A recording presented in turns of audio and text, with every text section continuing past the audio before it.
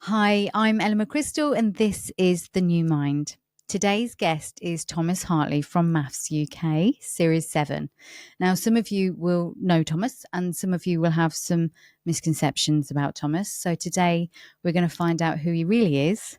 And if you've been listening so far, you'll know this is a storytelling podcast. And the most important thing about this podcast is that it looks at the broader perspective of people and life. So we're going to really explore Thomas's life today, the ups and the downs. And for those of you that follow Thomas, you'll know that he's recently gotten into drag, which is something that I'm a massive fan of. So I'm really excited to find out all about Pam Sandwich. Welcome. Thank you so much. I love your podcast. I think you're lovely and I think it's nice. I just think, yeah. And obviously my best friend has been on it. So, Jax, yeah. who is here in the room. He is, unfortunately. He followed me here. He will not fuck off. Everywhere you go. Absolutely. Jax is there. Oh, God. He's like me shadow. Did you... Did you know that he was going to go so hard in from the beginning? I mean, it wouldn't be me if we didn't. No. Yeah. So, Thomas. Yes. We mentioned Mafs there. Yeah. Which is how most people will know you. Of course, yeah. The misconceptions. I said to you before we started recording, what are the misconceptions? Yeah. And you said people might think you're a nasty. People might think you're a lunatic. Yeah. Both, well, one's correct, one's not. The lunatic, yeah. What's your sort of experience off the back of that? What has been the good, the bad, and the not so good? I think that the good has been, obviously, people have enjoyed it. They've took some comfort in the fact that I was such an outwardly living person and, you know, open about my story, open with my emotions, direct in some instances. You know, but I think the bad part of it is obviously coming out and being sprung into the spotlight of everyone who's watching the show. I mean, it's a primetime television show. Yeah. People love reality TV, like we all do, including myself. Yeah. And I think when you're watching 10 people on a 42-minute programme, you're getting the best and the worst of them. And it's so easy to make an assumption, but you know, I'd urge anyone to sort of lead with compassion because it can be quite difficult when you've had no media training whatsoever. And around people that you don't know and don't always like, because we don't like everybody, do we? No. So you're around people that you have to be around for a period of time. Yeah. In an environment where it's very much, structured. Yeah. And so you're going to push a lot of buttons for a lot of people. Of course. In that situation. Yeah. And if you're going to judge that without knowing the person, and I think we've all got to, when we watch these shows, you've got to watch with caution, really, haven't you? And not make too many assumptions. You've got to look at what's going on in the background. Yeah. There's a whole, how many people are on that production team? Oh, God. At any time off, when you're, say, sat in the mixer, there can be up to 30, 40 people around the room. So that even that, yeah, you know, that just shows how much is going on in the background. A lot is going on. A lot is going on. You know, emotions are really high. You're away from your family. You're in a room with people that you've been put with. Yeah. It's not day-to-day living reality. And you've been put with those people for a reason. Of course. Because they want, and we all want this when we watch anything, the fireworks. Yeah. We want the emotion. Yeah, and I am a very emotional person. Yeah. In every emotion. Yeah. Happy, funny, animated, all of those things. But I'm also very deep, compassionate. You know, I can be very emotional in every way. And because I'm so animated, you will see every single emotion. And I can't apologise for that. Like, well, it's called being human. Well, yeah, but some people do restrict themselves, don't they? And I think you can be really aware of who your emotions and try and dial them down to appease society or other people. I'm not a conformist. I don't conform, clearly. Well, I asked you before, didn't I, what you did before you were on the telly, and you worked as a nurse. Yeah. Was it psychiatric? Yeah, high dependency psychiatric. So one of the 3 main hospitals in the country which houses sort of the, let's say by society's standards, the worst of the worst criminally insane people. And if you don't have a strong character, how on earth do you survive a job like that? You know, you may well have referenced that on the show, but I don't think people understand. No. You have to be a character. Well, you know, within that time period of me working in that environment, you know, I've been kicked, punched, spat at, I've had my teeth broken, black eyes, bodily fluids thrown at me, you know, assaulted, all of them sorts of things that, you know, whilst you don't expect it to happen, these people are extremely unwell and somebody's got to look after them. Yeah. That's the reality of this, you know, this country. There's a lot of cultures where they would just rid of them. No, you're right. Here, we look after them and we try and, rehab them. How long were you doing that for? About 6 years. So, I mean, if you don't develop a certain personality working, I mean, Mafs must have been it was very similar. Relatively familiar. Very. The only thing is I didn't have to live with the patients in hospital. So there was just a new dimension. It's just a new wave of patients. I think one of the things is as well, which a lot of people don't know about Married at First Sight, I applied for the show. Yes. I was a normal person who applied for the show. I can reel off a list of people, which I'm not going to, obviously, that all were cast by agents, by recruiters. They did not have the intention of getting married. I had the intention of getting married. Yeah. So it's, you know, you're watching it and I'm aware of them people being brought in. It made me feel sort of like, hold on a minute, I've come here to get married and why someone's asked you if you want to do this. How long does it take to get through? Because obviously, months. So you've worked. So November before I'd had the first phone call. What? Wow. So November 21, I'd had the first phone call. We didn't start filming until April of 22. Months worth of auditions and conversations. Months and months of conversations, months of planning, months of everything. So you really had, you know, it wasn't like 4 weeks before and I'm just going to go and do this for a bit of fun. Absolutely not. You really wanted to meet your person. I was, you know, dating apps are relentless. Society is relentless. We live in an age where we're all on social media all of the time and we use it as like a tool to protect us from having in-person conversations, in-person rejection. Rejection's much easier when you can't see someone's face who's creating emotion in you. So we now, there's no other way to date apart from through dating apps. And I really wanted to meet someone. It's so true. I mean, years ago, you'd go to a pub, you'd go up to someone. You'd chat. And if you were rejected there and then. But everyone was experiencing the same thing. Yeah. So now the experience is that you're rejected via a message on your phone. Without them ever actually seeing you in person. Without them ever actually seeing you. So you're not as invested. Whereas if you've got the courage to go over to someone and have a conversation, I'm not being funny. Anyone who comes over to me and has got that courage, I'll go out with you because that's just really brave. And I just would never reject someone anyway. I think it's very telling if someone does that. Yeah. So that's why I went on the show because I thought, you know, I haven't met the person that I want to be with. So maybe these experts can, I'm saying that very loosely. Yeah. I'm sure they are experts, but their involvement is lacking. How soon do you meet them? I mean, if you've got months worth of background checks and all that sort of stuff and auditions. I actually had a Zoom with Paul. He was probably the most involved. Really? And he is a really beautiful, lovely, kind man. They all are. They're all lovely. I'm not disregarding their talents and skills. I'm sure they've got them, but what you've got to remember is it's a television show. And do you feel that they're not really getting the final say? Is that it, or are they? God, no. No. Absolutely not. They've got earpieces in, number one. Mm-hmm. So there's someone feeding the questions. And, you know, if that's meant to be the best kept secret, where do you think they're pulling the information from? They haven't got papers in their hands. Yeah. You know, someone is giving them questions to ask. They want to provoke or, you know, find out something about you that is seen by the producers, by the story producers, by the notes that they take when you're speaking, that it's all a very controlled and generated game and a brilliant one because the show's fantastic. But we are human beings. And had I don't know why I was so stupid and naive, to be honest, but I really genuinely thought I'm going to walk away with this person that I really, really love and I'm going to have everything that I've ever dreamed of. I mean, that didn't happen. Absolutely not. To be clear, absolutely I love him. Yeah. But, I would never, I mean, basically they say to you, who are your celebrity crushes? Mine was Idris Elba. Well, it was. I said, please, not a blonde person. I said, because it just doesn't. It's not your. It was the Milky Bar Kid.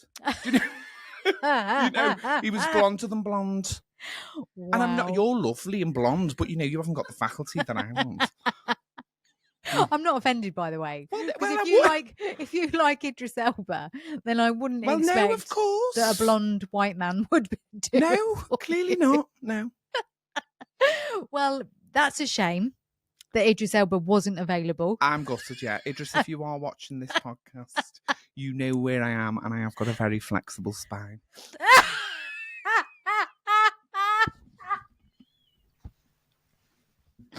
And you don't wear pants. Especially not for Idris.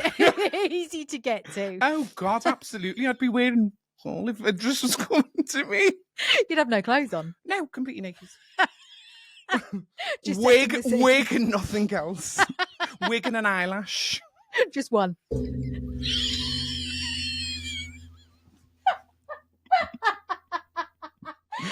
Absolutely. I feel like I'm giving birth. Same. Now, so it didn't work out. No. But what did happen was, I think you went through, I don't know why I'm still laughing. You went through a series of emotions. Oh, God, all of them.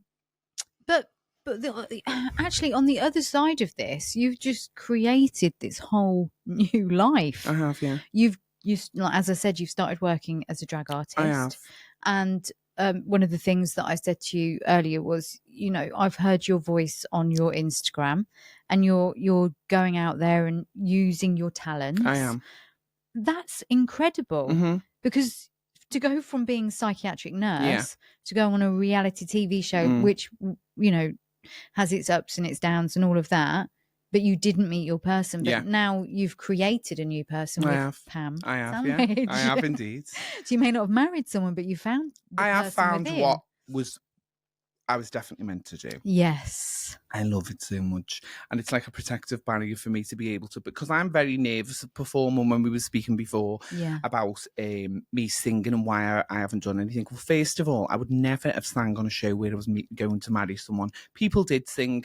That's great. I'm really happy for them. And if that's what they want to do, obviously now the realization that people weren't there with the right intentions, I'm glad that they done what they needed to do for themselves. And, no matter who I like, don't like, or indifferent, I wish them all the best. I don't care. Like, I really don't, because I've got the same friends that I had from school. I wasn't, it's one of them. But with the Pam thing, it's just enabled me to be able to live in this other being that allows me to not only perform and, showcase the talents that I have got and had before the show. It's just that it wasn't a talent show that I was going on. Yes. It's enabled me to live within and explore my queerness so much more than I ever had the confidence to do before, and also explore the feminine side of me that I suppressed for so long. That's the bit I'm really interested in as well, because the person that I see today, especially on your social media with your drag work and the singing and everything else, you really seem like the most confident. No, not at all. No, not so at all. And you mentioned off camera, so I want to kind of delve into that it took you you're 32. I am. And it took you said 30 years to come to this place. So basically, one of the reasons that I went on the show, when I actually went on the show, was prior to me ever applying for the show, I'd always lived conscious of every single part of my mannerism. So even down to my voice, I could speak in the voice that I'd spoken before. Please do. Hi, Ella. How are you? Wow. So that would be my whole existence, would be in that voice. Sitting like this now, I'd be conscious of it. So I would do it subconsciously and then stop. So that if someone see me, it's natural for me to sit like this. I would want them not to know that I was gay straight away, or not to assume that I was a gay person. I would want to just be able to go into social spaces and you know, when you get that look where someone knows you're gay and you can see Yeah. them talking to the friends, or that would make me wince, the idea of ever being perceived to be outside the realm of heteronormative society. And so when I went on the show, I said, right, I've got to be myself, because by doing it now, everyone's going to see it and I can't revert back, because I'd tried before to sort of embrace myself a little bit, and then I'd just go, no, I can't do it. But being on the show, because it was national television, I used it as a tool to be able to go, right, this is who I am. And as I was on the show and I got that reception from even my peers within it, I sort of thought, I'm happy. This is me happy. This is me being who I am. And I've spent 30 years hiding this. Why did you hide it? I mean, obviously, I can imagine that there were comments and people. You see it happening to other people as well.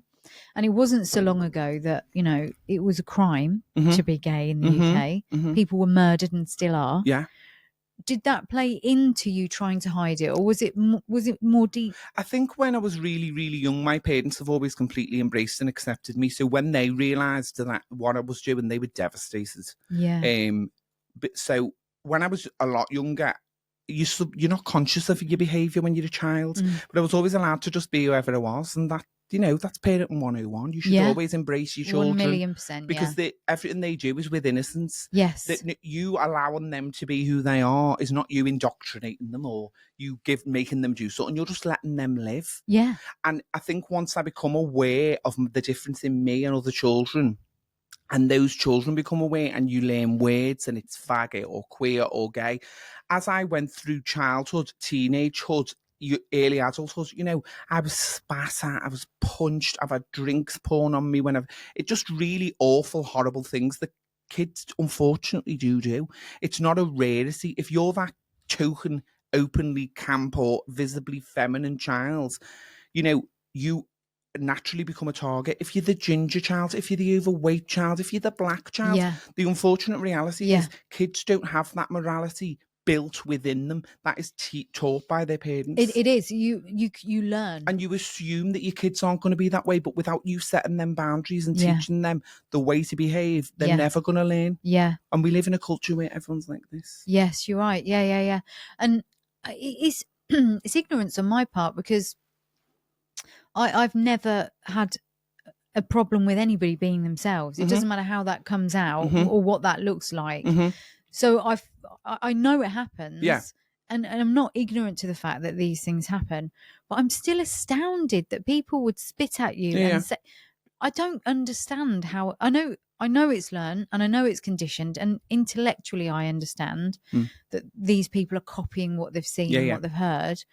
But I still don't get it. It's really difficult to understand why somebody would be so horrible to someone else for just being themselves. I think maybe it's an insecurity thing, and, you know, they're seeing someone who's embracing themselves and they just can't bear the idea that they can't do that too. Yeah. So I think what I have learned is, as much as that at that time would make me filled with hatred and make me filled with sort of, you know, I didn't do anything back. I was very timid when I wasn't at all. I was terrified. Yeah. But now I sort of think, I feel really bad for you that you think that is something that you can do and that makes you feel any sort of way other than completely disgusted within yourself. I don't care what your opinions are. That is not how you behave. Yeah, I agree.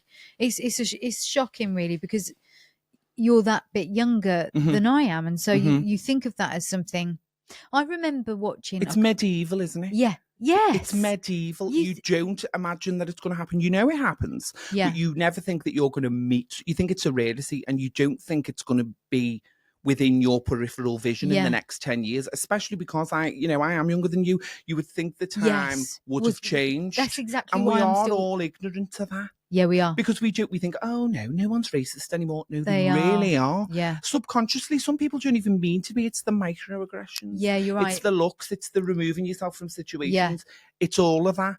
And the sooner that people are aware and take note of things that might not directly impact them in day-to-day life, the better you will become as a person. Yeah, because you will look after people more. Of course. You'll be aware of it more. You create better natural habits, don't you? Yeah, you do. Because I was just thinking, I grew up watching things like, The Word, which is where I first saw RuPaul. Yeah. And Lily Savage. Queer as Folk. Queer as Folk. One of my favourite of Amazing. all time. I loved Timeless. that. I loved it so much. I'm so glad that you referenced that because it was I in my head as love you were that talking. show. So good and so raunchy. Oh, marvellous. It was like Gay It was 101. brilliant. Oh, it was? It was brilliant. It was, I didn't watch it until I was older. But just because I wasn't, I mean, it was on past my bedtime. We went to bed at 7:30. You know, when I was When a kid. was it on? Because I mean, I Because feel like it's like 99, maybe, was 2000. I thought it was before that. For I some was born in reason. 1990. So it was like, Wow. it was like 2000, maybe 2000, something like that. I don't know if that was a repeat then. I'm Possibly. sure it was on before that. Do you know what? I think maybe I've actively watched it when I was a little bit older. Yeah. Then in that case, because I can remember watching it and just it being like, God, where's this place? I think I was 15 when I first watched it, which Oh, means wow. it was on 187 years ago. before the First World War. It was on slate at the time. It was written on slate. If I don't take the piss out here, it's not me. But I'm glad you did.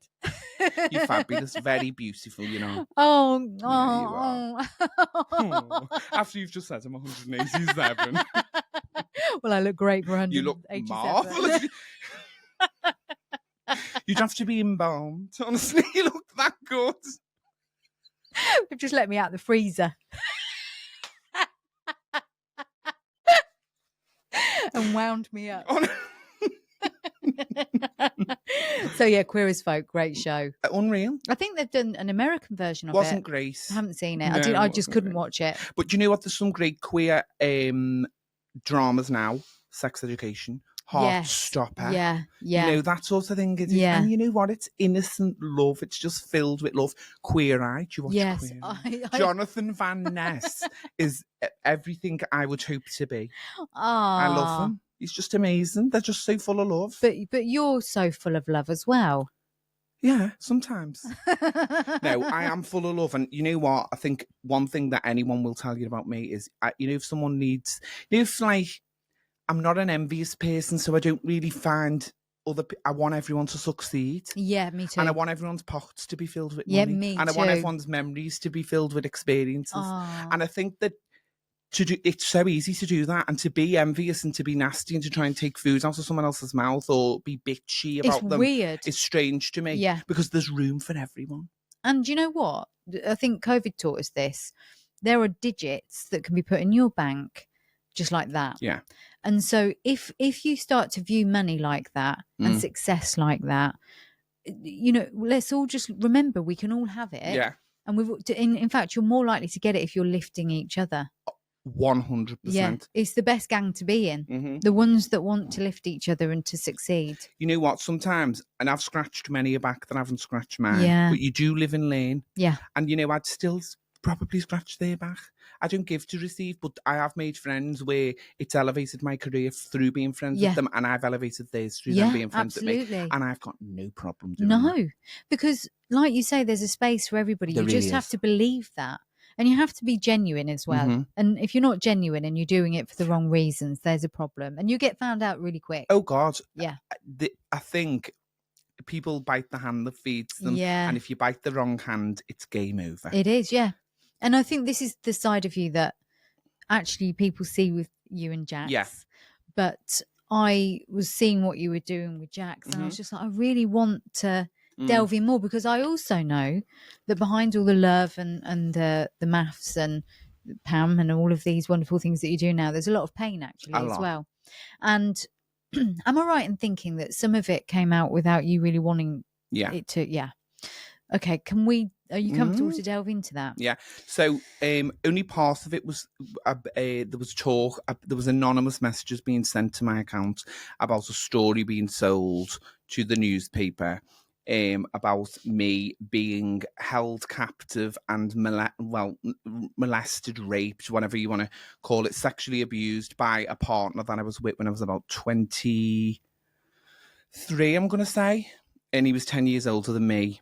And do you know when you are in, like, do you know when you hear about these relationships where you meet someone and they give you it all and they make you feel amazing? Yeah. And the minute you commit to them in any sort of way, where it's like whether you're living with them or you marry them or whatever, it changes. Yeah.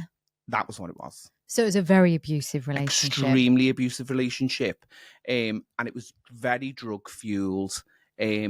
Basically, when I say about the captivity part of it, we moved so far away from my family, and my family really didn't like this person. So I actually fell out with my mum over it. So I didn't have any means of contact, and I wanted to, that prideful thing where you want to prove someone wrong. Yeah, that was part of it at the beginning, because I thought this is a wonderful man who really loves me, because he love bombed because you. that's what he'd done. How long was it before you sort of ended up going away with him? Yeah, about 8 months. So it took a good 8 months to sort of build you up and convince you. I think it was one of those things where he sort of made it seem like he'd given his whole life to me, and he'd been married to a woman before. He had 2 children. I didn't meet him when he'd been married. He was divorced for 2 years. So he was saying that it was because of you that he was gay. Well, no, he was saying that because he told his mom about me and all that, and he was saying, you're the first man that I've told his mum. It was a very I've done all of these things because I love you so much. Right. So and I was so young. I mean, he was in his 30s, 10 years, maybe a little bit older than me. So, and I was just enamored with him. But you now know, as a 32-year-old, someone at 22 is easy to manipulate. There's a massive growth within that 10 years. For me as well, I would never date someone who was 22. No. And I'm not saying that it's wrong. I'm saying that for me, my preference would always be to be with someone that was similar age or older. Yeah. That's just who I find attractive. Yeah. But I also know how immature I was at 22. Well, most people are still kids, really. I agree. Yeah. So how many times do you think that your friend's family met him before you moved away? Not at all. But they just knew they didn't like him. They just knew because they could tell. They could you tell. can tell. As a parent or as a friend or as a family, you just get a vibe about. You can tell that somebody's making a poor decision, can't you? Because you can almost see they're too excited for it. It was a rebellion. It was just a complete rebellion, I think, on my part. And I don't think it was conscious. I think I just thought, I'm going to prove you wrong. I can do this. I'm going to make this work, sort of thing. And within, I would say, the first month of living together, that was it. So you start then to, is he getting you the drugs? Or is this something you're doing? So I suppose I'd never really been massive on drugs at that point. So he was introducing you to this world. Yeah. And you were going along, which actually in narcissistic relationships, it happens quite a lot. You'll talk to a lot of people, or I do certainly as a therapist, who say, I'd taken the odd party drug before, but nothing serious, but I was on it all the time, or I was drinking heavily all the time, and they were always feeding me. Yeah. But it was geared up to be like, oh, let's go out and have fun. Yeah. And then they'd be completely addicted to a certain substance. Yes, I think it sort of would start like that, and then he'd turn. So what happened was he worked 3 days of the weekend, which was hours, big long days. Yeah. Which would require him I'd sort of be in the house and he'd have to drive to work, which was a reasonable amount of way from the house. And I was already a reasonable amount away from where I originally was from and lived. So no access to friends or anything like that. He picked me up and dropped me off from work. Everything we did was together. And when he used to go to work, after about, I'd say, a month or so, he would lock the door. And I didn't have keys. So what he used to do was lock the door, and then he would post the drugs through the letterbox. Or he would pay the drug dealer, by bank transfer, and the drug dealer would just come and post the drugs through the letterbox. Wow. And the thing was, we didn't really have a lot of money neither. Because at the time, I wasn't working as a nurse. Yeah. I was working a normal 9-to-5 job in an office. Right. So there was no food or anything really. A lot of the money was spent on drugs, drink, that sort of thing. And he would sort of say, come on, have this. You're all right. Go on, have that, have that. And once I was used to having it, say 5 out of 7 days a week, it was just become the norm. Of course. And the sex, it was obligated. Yeah. You have to do this. You're my partner. You've got to do this. This is what people do. You've got to do what I say.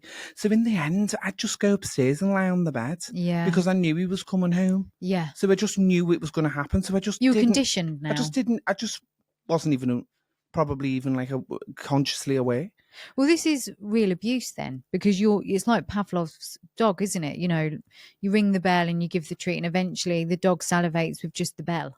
Yeah. It doesn't necessarily, and it's conditioned to have this automatic response. Yeah. And you see that in abusive Mm-hmm. relationships. The amount of people that say, you know, I'm having sex because I have to.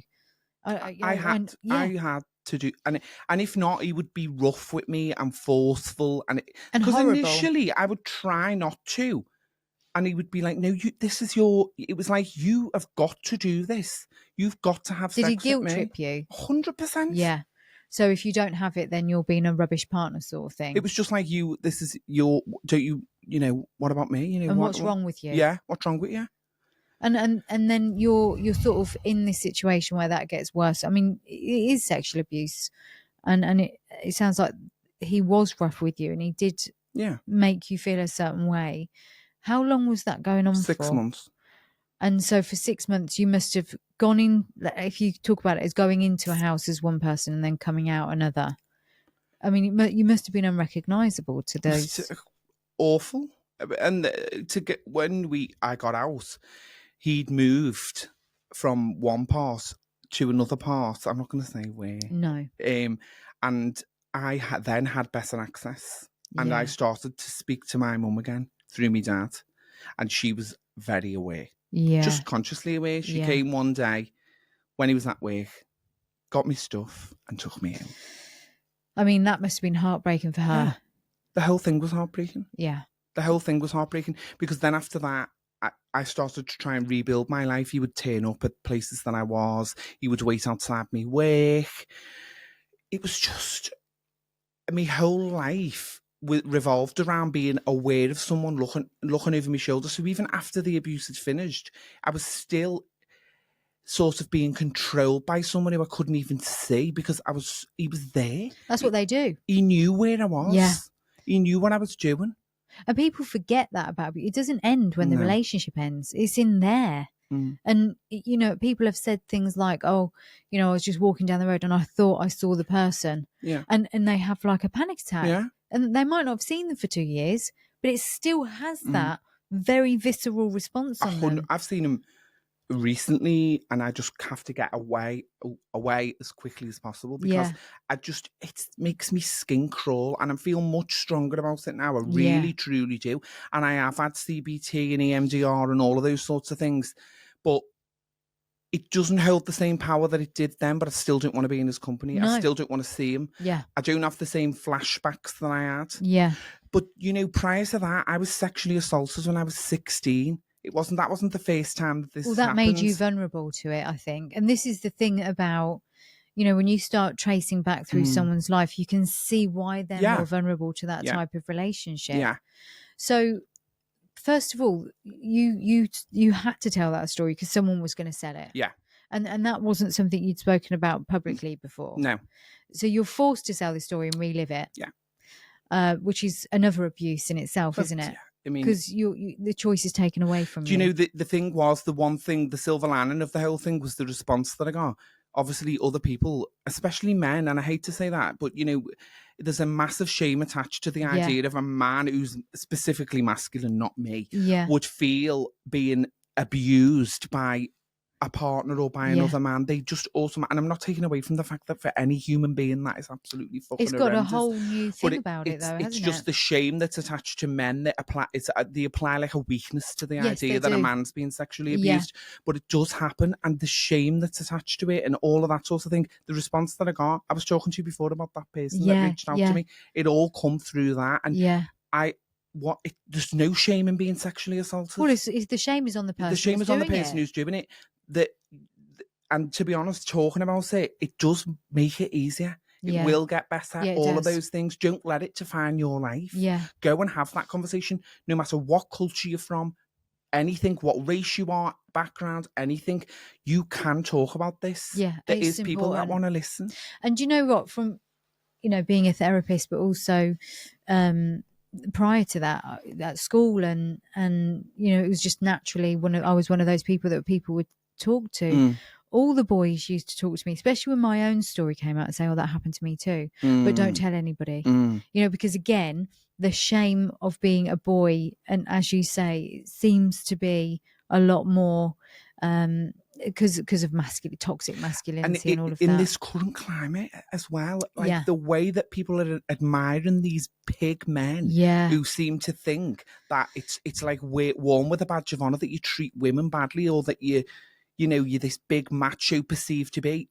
All it says to me is small dick energy. Yeah. There's so much of it now. And the problem is, and I've referenced this a few times actually, is that if some of what someone says is like, okay, yeah, that makes sense, I get that, yeah, and then they slide in the abusive bit, it then becomes very difficult, because you found yourself nodding along going, okay, yep, and then they say something that's really offensive, and you almost feel like, oh my god, I didn't know that. I didn't know that was going to come. And then you feel a bit dirty for associating. Yeah. So you do have to be careful what you're listening to. I just think now, in this age of social media and the age of these people being given a platform, it would just toxic with a capital T. Yeah, it's dangerous. It really dangerous. is. And for someone with a son, or with a daughter, that they think that that's how they deserve to be treated, or that they think that's how they should treat someone. Andrew Taze, or I mean, how can, because again, his name's come up a few times, and I've said, there's some of what he says that I've found myself going, and then you'll hear something like, he'll say, oh, and then I had sex with this woman and she really enjoyed me smashing her in the face, and I was like, what? You just go, it doesn't, you've got to be so careful of listening to him, because if you find yourself going, okay, yep, and then he says that bit, it's like, what the, if you are a 12-year-old boy, it is so easy to manipulate. It's dangerous, really dangerous. And then I think there's these men who I think, oh, he's really nice, and then they share a quote by Andrew Tate, and I just think, sorry, this is not okay. This is not normal. This is not normal behaviour. Why aren't you sharing a quote by some beautiful, inspiring man who's in touch with every fibre of his being and just doesn't conform? That should be who you should be aiming to be. Yeah. It's a really strange time at the minute. Really strange. And again, if we're going to have those people on the platforms, and they are there, and they've always been in the pubs and the clubs, and they're in, they might live next door to you, we also need to have the other side of the conversation and say, actually, this is the damage that it's doing. Yeah. And if a percentage of what he said resonates with you, fine, that's okay. But be mindful of this. Like, is he saying some of this stuff to be controversial, to get the likes, to make the money? Of course he is. Of course. Is it even his own opinion? Probably, but idiot men who buy into it. I know. It just reaffirms to me. It's just like, you're showing a real, that's weakness. To me. That you can listen to someone speak that way and find that inspiring. Yeah. And you think that makes you more of a man. It's a very strange time. Yeah. It is. There's just contentions across the board for a lot of minority groups as well, and I think that all that does is perpetuate the hate even more so. Yeah, it does. And we're trying to villainize drag queens and trans people. And well, I mean, you said this earlier about in the other room. You said, you're not out there to be a kids performer. If kids happen to like you, they like you. But I'm not Mr. Tumble. No, you said that. I'm a drag queen, which has been around since The Land Before Time, Dame Edna, Paul O'Grady, all the pantomimes. And also, when you rock up at Disneyland Paris and there's someone dressed as Mickey Mouse, that is essentially drag, because they are not Mickey Mouse.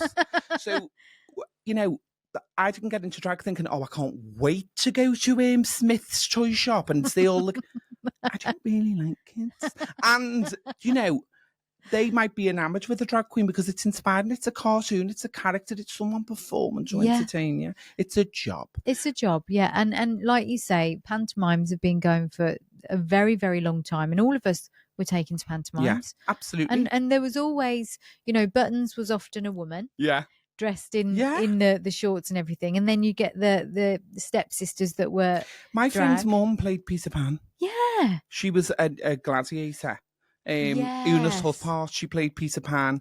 And what's that? Have you got a problem with that? Yeah. What Listen, drag queens are much less dangerous than Andrew Tate wannabes. I can assure you now. Yeah. I've told you, I love. And by the way, Eunice rocked. She was a contestant, wasn't she? Yeah, she was. She was And the then only contestant to become a gladiator. Yeah. And then was Angelina Jolie's stunt double. Yes. And, it's got a real illustrious career. You just because she I remember her being the contestant. Yeah. A really scouse, really fabulous. Really strong, amazing contestant. Really quite a masculine woman, actually. Give off a masculine energy. And yeah, Edosa is my friend. Amazing. I'm really impressed by that. And has gone on to have an amazing life. Could you come from nothing? Yeah. I mean, she worked in McDonald's. That's crazy. And now it's got a house in London, a house in Liverpool, a house in everywhere. That's amazing. Yeah. Wow. I just had to refer back to that. There's a lot of people that listen that will have no idea what I'm talking about. But there'll also be people who it's really nostalgic for. Yeah. Grace. As soon as you said the name, I was a bit, whoa, I've got to go back there. Grace. But let's go back to you. So we're talking about the sort of toxicity of the world we live in. And then there's someone like you that comes through telling your truth and hopefully, as you know, inspiring other people to do the same. Yeah. So 16 years old, you're sexually assaulted. Is that the first experience that you have of sexual assault? Probably no. So actually it goes back. Probably. Yeah. So there's a long history there. There's other things that have happened that I've never spoken about yet. Which is sad, isn't it? Like, you know what? I think I'm so conscious of my own being now that I know when I'm comfortable to talk and when I'm not, and I don't think I'm there yet. No, but what we do know is is that it was I was on a nice house. I got really drunk. My friend left me. I went into an alleyway to have a wee. It was behind this big, like, industrial strength bin. It was on Stanley Street in Liverpool, to be specific. It's not associated to any bars, any of that sort of thing. I went round, it's like an industrial, used to be, there's a gate there now, but there never used to be. And you went round, went for a wee, and this man came up behind me and pushed me face up against the wall. And my pants were down because I was having a wee. Turned round, I can remember his face now. I can see his face. He was trying to put his tongue in my mouth, grabbing me crotch, and I screamed so loud that he did leave eventually. But, I'd like weed myself. I was terrified. I was 16. This man was at least late 50s. Disgusting. I can still, do you know what's strange? When I think of that experience, that's even more traumatic for me than the other. Yeah. Because he tasted his ciggies. I can taste his mouth. It was just, it's horrendous. Well, that's interesting you say that. I'm glad you've said that, because for those people that have had that similar experience, your vagus nerve, which is really important because it's joined to everything, your tongue, your eyes, your nose, your ears, your heart, your lungs, everything. So the spaghetti junction, it's also the link between the brain and the gut. That's why we talk about the gut instinct. Yeah. And the vagus nerve, because it's attached to everything, it is so important and integral in terms of nervous system and nervous system response. So smells and sounds and just the visual thing can be really, really triggering. Honestly. And in you saying that, people have often said to me, why am I so triggered by the smell or the taste? Why does that send me to a panic attack? Because it's associated with the trauma. Because your vagus nerve has had such a strong response in terms of, right, that's triggered the whole, nervous system trauma. When that happens, I remember prior to that, I'd watched something where someone had been raped. It was a drama or something like that. And they'd said that they froze to the point where they couldn't scream. And the only thing that I could think in that moment was, I need to scream. Yeah, that's amazing. And that's why I screamed. So I think even though it's very difficult to watch and to see these dramifications of, rape and abuse, and it happens, unfortunately. Yeah. And the reality is that if you can let out that scream, and someone hears it or it scares them off or whatever it is, it's like a protective thing. It's so important. You need to scream as loud as you fucking can, because honestly, I don't know what ever happens if I never. Personality to keep pumping them out. Oh God, yeah. You've got to be. You've got to have the time to devote. And if you've got a career or you're trying to build a business or it's not always the most feasible thing to do, is it? And I think, when you've got one, you've got one. Yeah, and she's amazing because she's so easy. She's never been a problem. And she's so, she's just such a lovely person. And you kind of think, right, I've done it. Yeah. I don't want to add anything to this that will make it hard. Exactly. Which is, I think sensible. If you know yourself well enough that you are not going to cope well with 2 or 3, don't do it. I No. think people feel they have to. It's a societal Yeah. expectation. And there's also that thing of, where people go, oh, when are you having kids? And I think, don't ask a woman that. I know. Because it's really like putting pressure on someone to think that that's an expectation. That's a given that they, Some women don't want some children. of them don't want them. And some women can't have children. Some can't have them. Some don't want them. Yeah. And, it's 2023. We don't have to have kids No, you don't anymore. have to do anything that you don't want. It's a brand new world. Absolutely. It's crazy. And we need to push that narrative more. Yeah, we do. That's the narrative we should be pushing. It's a shame, isn't it? Because not that any of us in here think that anyone should do anything they don't want to do, but the people that still do. Oh, God, absolutely. Isn't it a shame if you don't have kids? Well, actually, not for that woman. No, it's not. No. She's living her best life. Absolutely. Thanks very much. Thank you. Yeah, piss off. Yeah, exactly.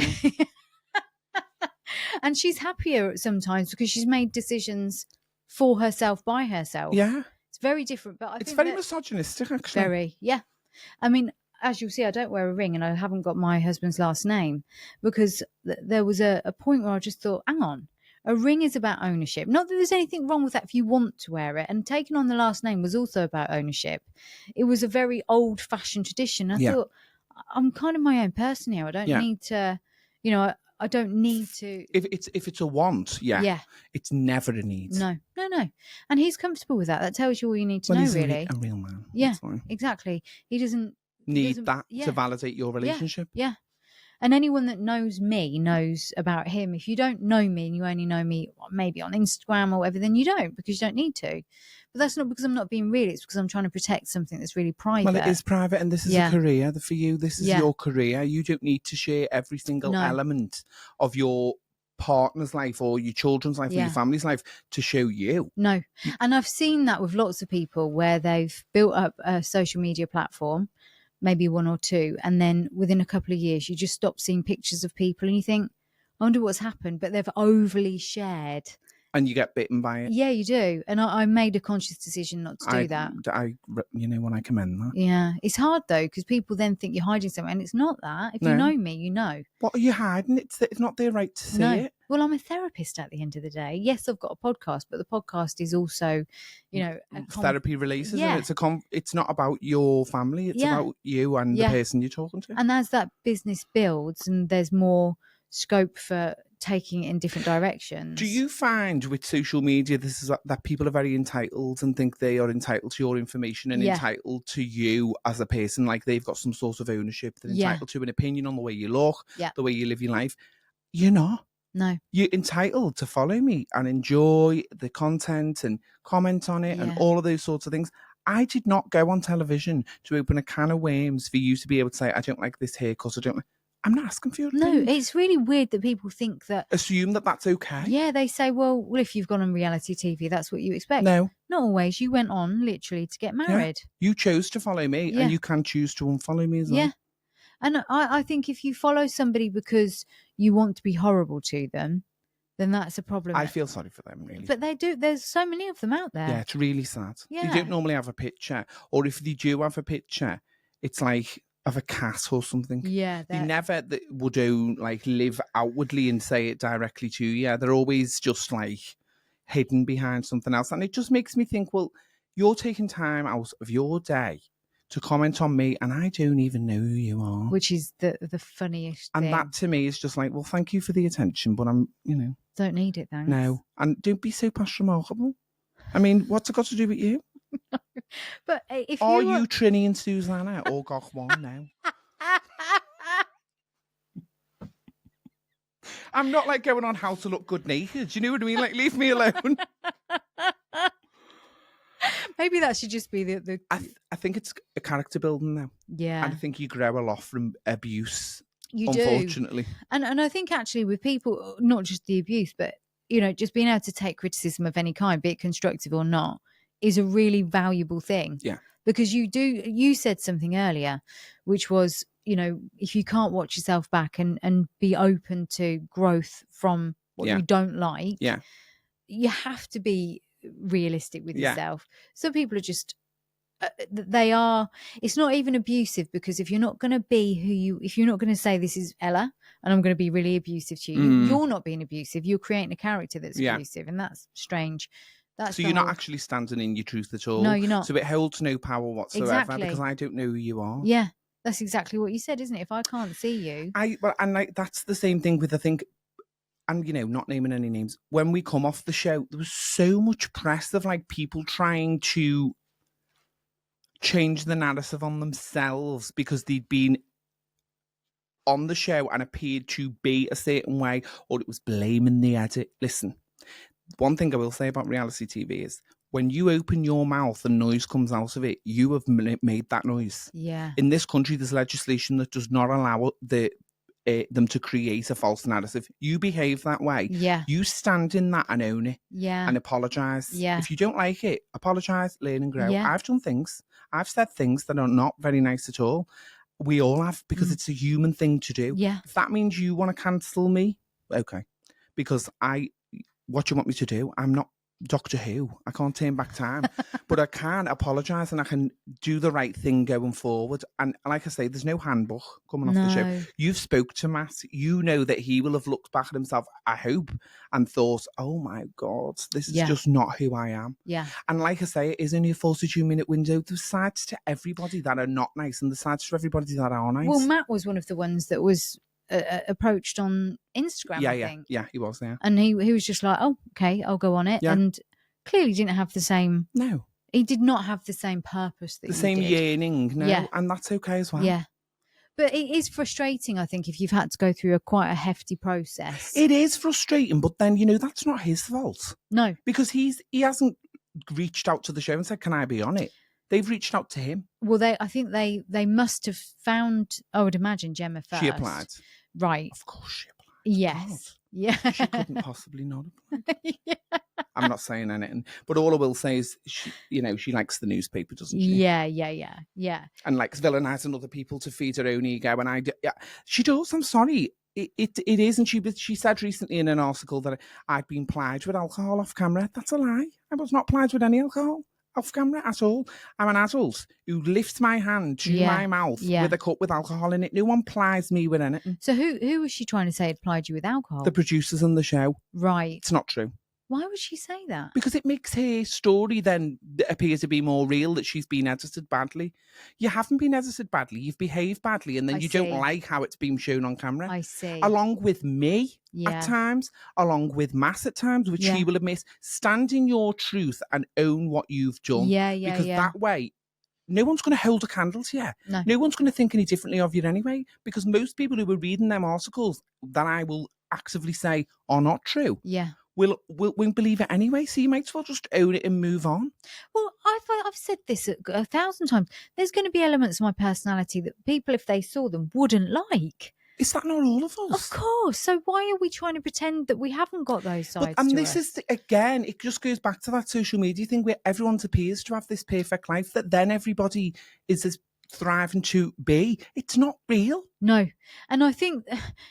If you haven't got a dark side, then for me, like you said this earlier, if you haven't got a dark side, you're not being, you are suppressing it so much. It's going to come out. It will. In quite a dangerous way. The mask always slips. We were talking about, and again, not naming names, people and how they behaved off camera. The switch is like, I was like, are you okay? Yeah. Because...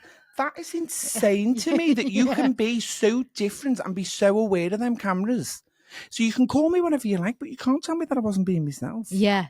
And I actually massively respect that. I think, from what I saw, there were times when you were just being probably angry at certain people. And that's normal. If you're on a night out and you've all had a little drink and someone's getting on your nerves, I've done it. I'm sure you have, Jax. You tell someone about themselves, don't you? I'm not saying that it's always perfect behaviour. No, and it's not perfect. It's absolutely not perfect behaviour. And the overindulgence, my choice to drink mixed with medication that I'm on and mixed with things like that, that is not okay. And that's for me to rectify within myself. I did not go on television to be a role model to anyone. No. And if I inspire you, great. But if I don't, you don't have to watch. Yeah. You don't have to follow me. You don't have Yeah. to do any of them things. Yeah. I'm not trying to feed your soul. No. Do you know what I mean? I'm Yeah. not trying to do that. And if I do, great. But otherwise, I'm not. And, you know, what the worst part of it is that people come off thinking, oh, I'm going to be this big. You're not. No. And it's only you that can do that in your own life anyway, regardless of whether you've been on reality Absolutely. TV or not. Well, if you hadn't have gone on that show, because you've had some of the darker experiences, which we were talking about before, which probably got cut off, but we'll edit it together it makes sense. But because you've had some of those darker experiences, and because you've worked in quite an industry that's not the norm, and then you've gone on TV, which is again not the norm. No. If those things hadn't have happened, like when you were 10 years old, what was it that you were going to do in your head? You know, when they asked you at school what you're going to be, policeman, Pop star. Is that what you wanted? So you were always made for entertainment. Yeah. But you just hadn't found a way of being confident. I just didn't have any confidence in my existence. So the last thing that I could ever think of doing was being an entertainer. So it must have been, I mean, how old were you when you started to feel uncomfortable in yourself? Because as a little boy, your parents fully supported exactly who you were. I would probably say like when you hit puberty is when them emotions start, because I always knew it was different, but to associate it with being gay or to being, you know, a gender fluid person or whatever it might be, that would always be when I would say puberty for anyone, that you fully can acknowledge your being is then when you can put words to it, when you start to learn those words. I would say that age is when I would realise, and I was just thought, no, because when you hear the word faggot being thrown around in school and stuff, you're immediately going to retreat, because you don't want to be associated with that minority group when there isn't really anyone else who's visibly like you. And it's I would imagine that it would feel similarly to that of someone who was, you know, from a different ethnicity, maybe surrounded by a lot of white people. You immediately feel different, and there's a visible difference. And were you angry about the fact that you didn't have... Hated it. Yeah. I hated it. And, you know, I feel like I've come out all over again since being on the show, because now everyone knows who I am. And I still am a bit like, who am I? Like, what am I? Like, who am I? I don't know who I am. Do you need to define it? No, not necessarily, but I think sometimes in my own mind I need to define it. In whatever way that is, without an actual literal definition. I still think I'm on that journey to self-discovery. So you say, who am I? I think you know inherently. Morally and all of those sorts of things, I know who I am. Would you say that you're still uncomfortable with some of the shadow side of yourself? 100%. So that's when you say, who am I? Yeah, I'm still uncomfortable with like certain... I just think, I still just don't really know that I know who I am fully. And I don't know, you know, there's parts of me that I don't like, and I'm still insecure about a lot of things, and it's just like I'm still on a journey, and it's later than I thought I'd reach this point where, you know, you've figured everything out, and I know you never do, but when you seek that contentment, it's very difficult to find it when you're only just sort of starting all over again. To be honest with you, and I would say that most people I know get to about 40, 45, 50, and they'll go, this is the time, because I finally feel comfortable with who I am. Yeah. And I think it is around that I mean, middle age, if you get to live to 90 or whatever, that's the bit where you go, do you know what, I'm actually okay with it. It's difficult because you're searching up until that point. Yeah. And I feel like that's quite normal, but I think it's harder when all eyes are on you. Yeah. And maybe that's the thing, is that you've come out again, if you like. Within my queerness, though, even like, it's, you know, I'm not 100% sure of my gender, that sort of thing. I'm not 100% sure about those things. I'm really not. And since exploring drag, it's allowed me to sort of really embrace femininity. And, you know, I've always, it's just, I'm not sure. I'm just not sure, and I can't put a finger on it, and I don't need to put a finger on it right now. But it's definitely something that I would need to sort of have conversations about, because I really don't know, and I get a bit like, you get a bit do you get panicky over it? Over that, because look at the climate now. You would I mean, it's dangerous. People are being villainized for existing. It's disgusting. And I'm a massive trans ally. I always have been. Yes, I know. And it's massively important to me. And a safe space for me and somewhere that I have always felt that I can be myself is within the trans community. And that's just the way it is. I feel at home. It makes me feel at home. And it makes me feel like if I could live in a world with people like that, we'd all be all right, I can assure you. Because they've been through the worst of the worst. Because, you know, to even say those words is a massive thing. But to transition it's huge. It's huge. Don't people underestimate it and make it throwaway? You don't know what these people are going through. Well, isn't it a privilege to not have to experience? Absolutely. It's a privilege to not have to experience being part of any minority group. Yeah. Because it's hard. Yeah. Whether you're a woman, you know, it doesn't matter whatever minority group you're in. We all experience oppression. And I would never, no one would ever choose to be villainized, rejected, you know, bullied for purely just being who they are. And it's so difficult, isn't it? Because I love that. There was a little clip. That was Jax, everybody. In the corner agreeing. But it's so difficult, isn't it? Because if you've never had to question yourself in any way, shape or form, you've never had to look in the mirror because everywhere you go, everybody's just comfortable with who you are, then you get so used to that position. And this is where people are abusing privilege. Absolutely. Because I don't know what it's like to not be sure of where I sit on the gender scale. I have no idea what it's like to be villainized for being black or Muslim or gay or queer.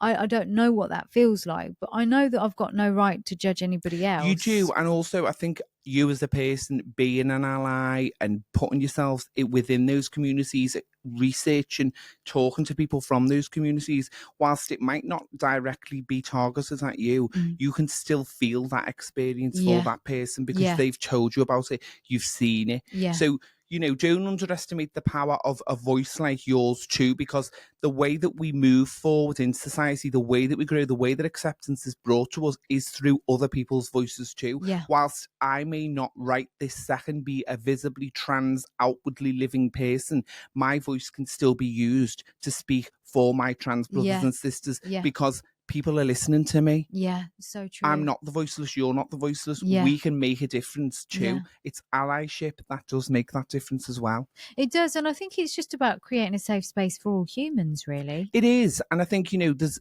an element of sort of safe spaces within central London and that sort of thing. But where I'm from, there's no like specific group of trans people that you know you can go to and feel safe. You have to seek that out. And these resources should be available to everyone. Yeah, they should. It should, no matter what culture you're from, what background, what orientation, what gender, the reason that we have these communities is for safety, because there is those people that threaten your safety. There is those people that create propaganda that makes your life a misery.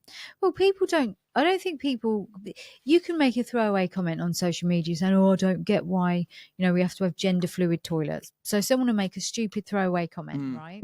What they don't realise is that someone outside of their house or in the school locally is being beaten up every single day, sometimes murdered, just for trying to live their own truth. Whether you agree with that or not, it's really none of your business. Yeah, it isn't. And do you know what? Don't we all go into the cubicle and lock the door? Yes. Because who's having, I mean, get rid of urinals, make them all cubicles. But who wants urinals anyway? No, They're it's just vile.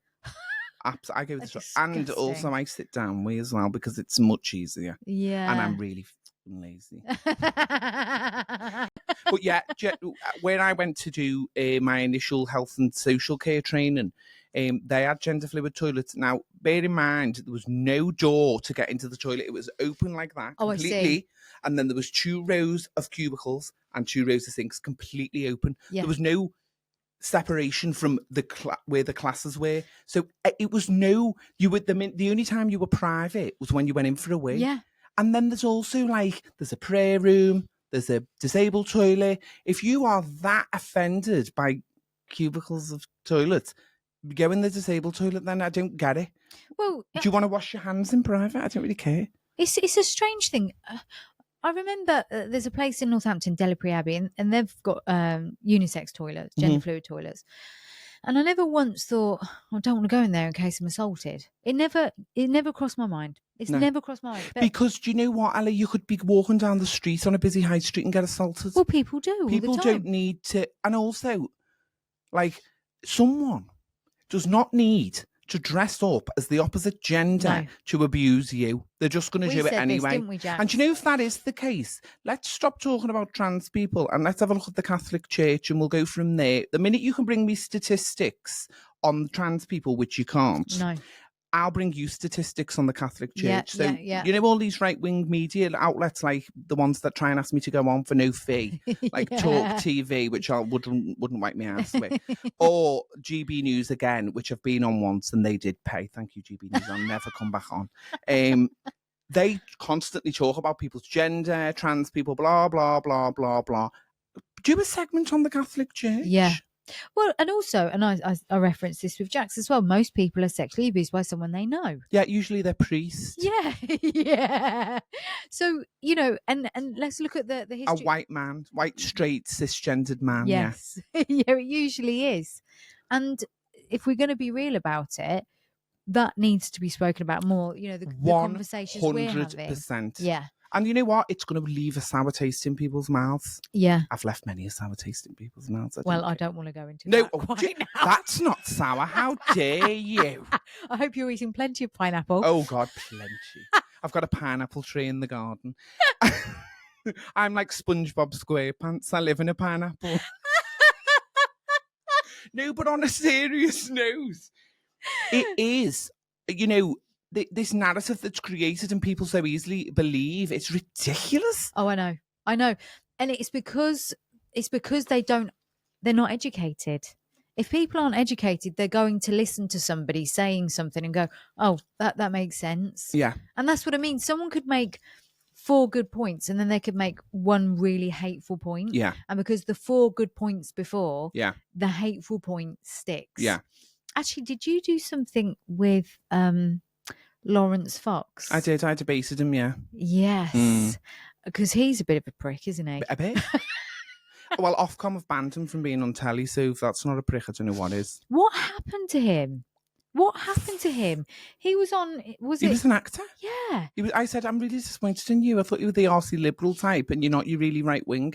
And he's like delusional as well. Like he doesn't think he's right wing at all. No. But let me assure you now, he's what I would describe as, this is just my opinion, that he's a fascist. Yeah. And that's what I believe. I believe that media outlet is very fascist as well. I don't think there's any balance at all. No. You know, they say, we've got this gay presenter. He's still a right wing. Yeah. There's no left wing beings on there. Yeah. I just think it's hate mongering at its finest. And I wouldn't go on unless the subject matter was something that I could debate. I wouldn't go on for a chat with them ever because they're not who I would associate with. Is this what Piers Morgan does? No, he does Talk TV. Oh, he does Talk I think TV. he must be really devastated. I mean, look at the state of his career. He's fell from the highest high, hasn't he?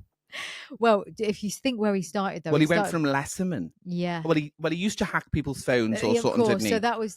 He hacked people's phones and associated with like Jimmy Savile and people like that. So he's a really great judge of character. And then. See, all these fucking prick men, honestly. I know. They are weasels. Yeah. I'd debate them all at once with one arm tied behind me back.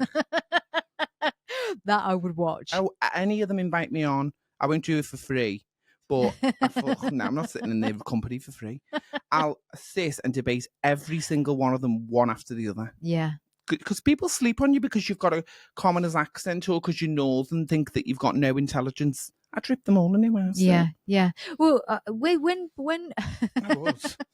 when Piers Morgan talks, he makes some valid points, but he also sometimes and that's the problem. But it's like a shit sandwich, isn't it? Yes. It's like positive, negative, negative, positive. Yeah, that's exactly what I was trying to say. It's a bit like lures you in, doesn't it? Yeah. Like, that's what I was saying earlier. It's dangerous because if someone's luring you in with the positive and then they say something, you're like, oh, I'm so disappointed. But then some people aren't as intuitive to switch onto that and can be drawn in very easily. Yeah. You've got to sit and form your own opinions. Really listen to what they're saying. Yeah.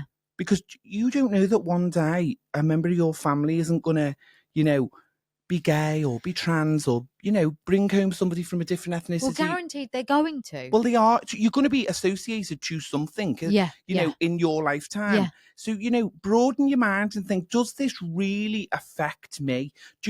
Am I really affected by how somebody else lives their life? Why don't I just live my life and be the best person that I can be? Yeah.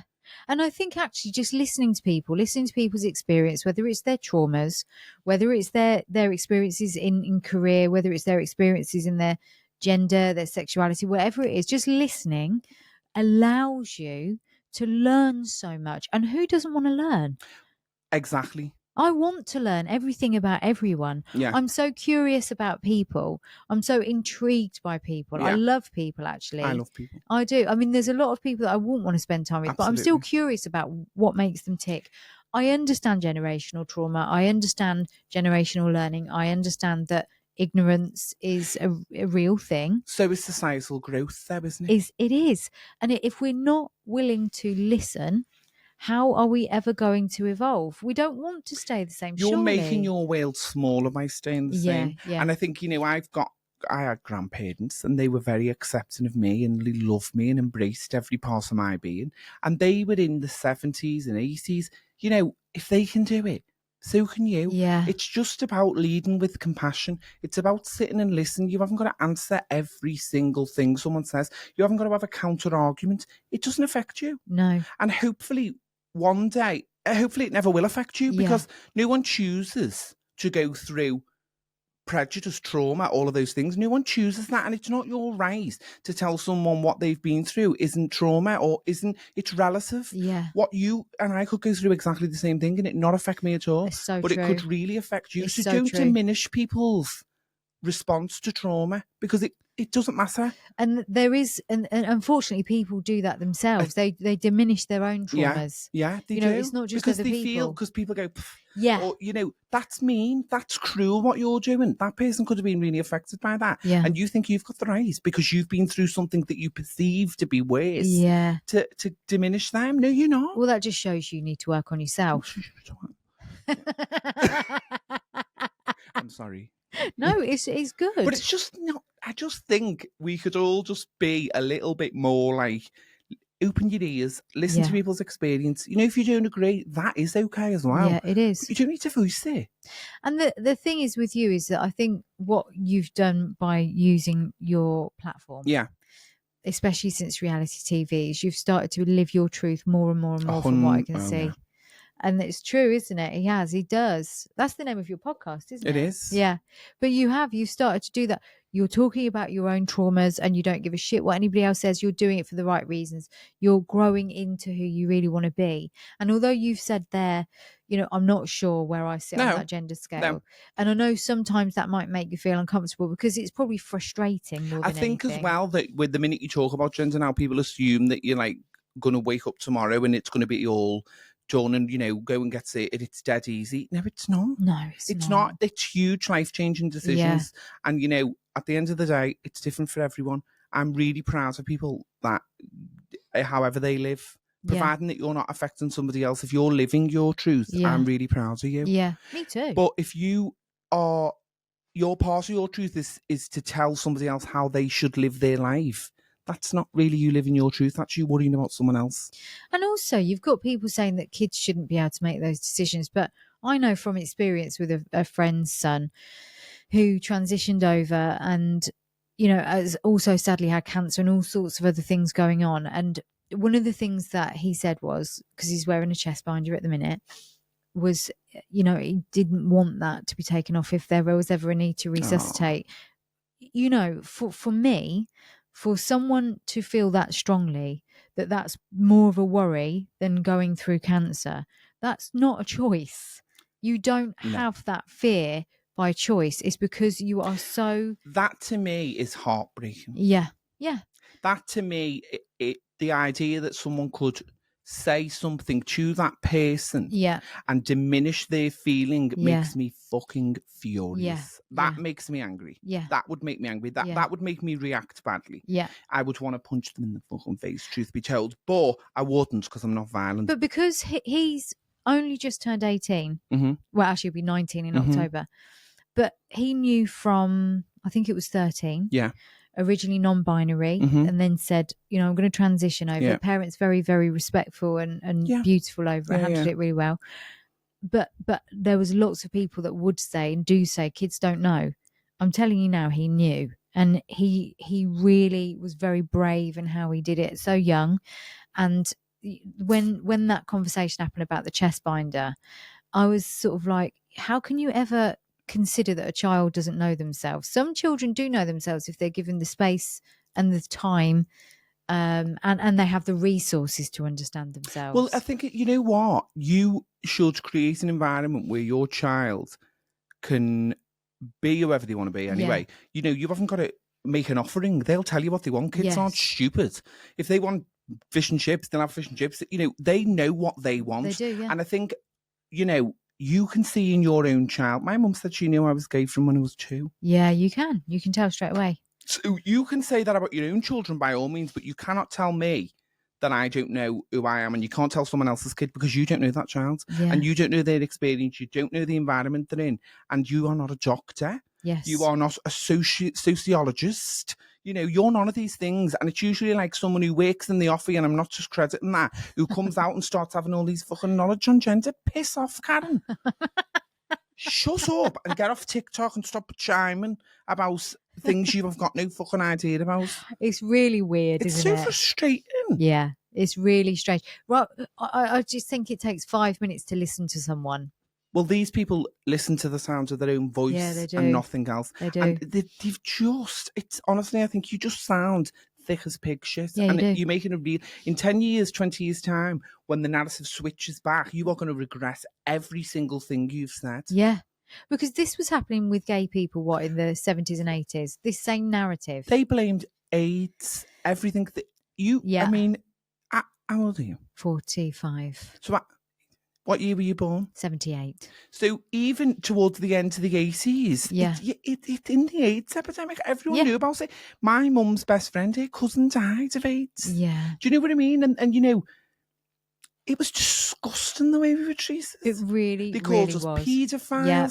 They said we caused AIDS. All of these, and that's happening more now with things. Trans, isn't and it? now the narrative's being switched on trans people. Yeah. It's the same story, different sexual Who's it going to be next? Yeah, exactly They've done it to Muslim people. They've done it to black people. Yeah. I mean, I remember a story my mum told me about an interracial couple, and years ago, how people would be like, it was the worst thing that they'd look them up and down. Yeah. What is fucking wrong with that? It's so bizarre. Has I got mashed potato for brains, or does somebody else? Because honestly, I cannot understand how two human beings loving each other, genderless, regardless, raceless, whatever. Why do you care? I know it's really odd. Do you know if they're punching fuck out of each other? Maybe care then. Yeah. But when two people really love each other, I think just leave them out. So weird. It is, and I find it really that people want something to be angry about. It's like road rage. They just want to be angry, so they'll just pick something to be angry about. It's all the Karens. It's all the Karens. I feel sorry for people that are called Karen now. I do, and I know some lovely people called Karen. You would change your name by default, wouldn't you? No, well, I mean, it's bad. I mean, it is pretty bad. But I do know a lovely woman called Karen. She's very accepting of everyone. Shout out to Karen. I think she needs to change her name to Kaza. Maybe. But just that's worse. You're right, Kaza. Oh God. Maybe not. But who come up with that? That's so mean to people called Karen, isn't it? I know. Karen. Couldn't you pick like a really obscure name? Well, what? Like what? I don't know, like Apple. Like there's only maybe one or two people called Apple, so it wouldn't really be you're an apple, a bad apple. I don't know. Apples do get a bad rap though, bad apple. Yeah, well you could just, I mean, the apple's not going to be offended, is it? The poor woman called Karen or person called Karen is. I'd change my name. I would. Well, I would. What's the male Karen though? Oh, I don't know. Barry? Barry! You've started something Actually, now. funnily enough, I've just been in a film and my character was called Barry. Really? What's the film? It's called Boot Camp. It's a comedy by a Liverpool writer called Carrie Williams. Ah, where can it be found? So it's not out yet. The premiere should be in October, and then it'll be on Amazon Prime, November maybe. So drag artist, Yeah, singer, film star, well, singer. use that loosely, Ella, because I did only have 2 lines in the film. Well, I'm going to go with film star. Okay. Film star. Yeah. Singer. Singer. What else are you going to be doing in the future? Can you reveal? I can reveal that the music is I'm recording with the DJ, so we're going to have a dance track. I've literally got it through on the way here, the demo. If people haven't heard Thomas sing just yet, please go onto Instagram. I sing at every show as well. Even if it's stand-up comedy, I always sing. Your voice is unbelievable. Thank you. I appreciate that. And do you know what? I love it. You can see the emotion. I feel every bit of it. Yes. And I love it. And I love when I go from making people laugh like last night, and then I'll sing in the room silent. So you don't realise how much of a difference you can make by making people laugh and by singing to people, and how therapeutic it can be for people. And for you to and sing. For me. Yeah. It's a release. If I'm really happy, I sing all the time. Yeah. It's just strange. Yeah. And if I'm really sad, I won't sing at all. Well, it's really good for your vagus nerve actually singing.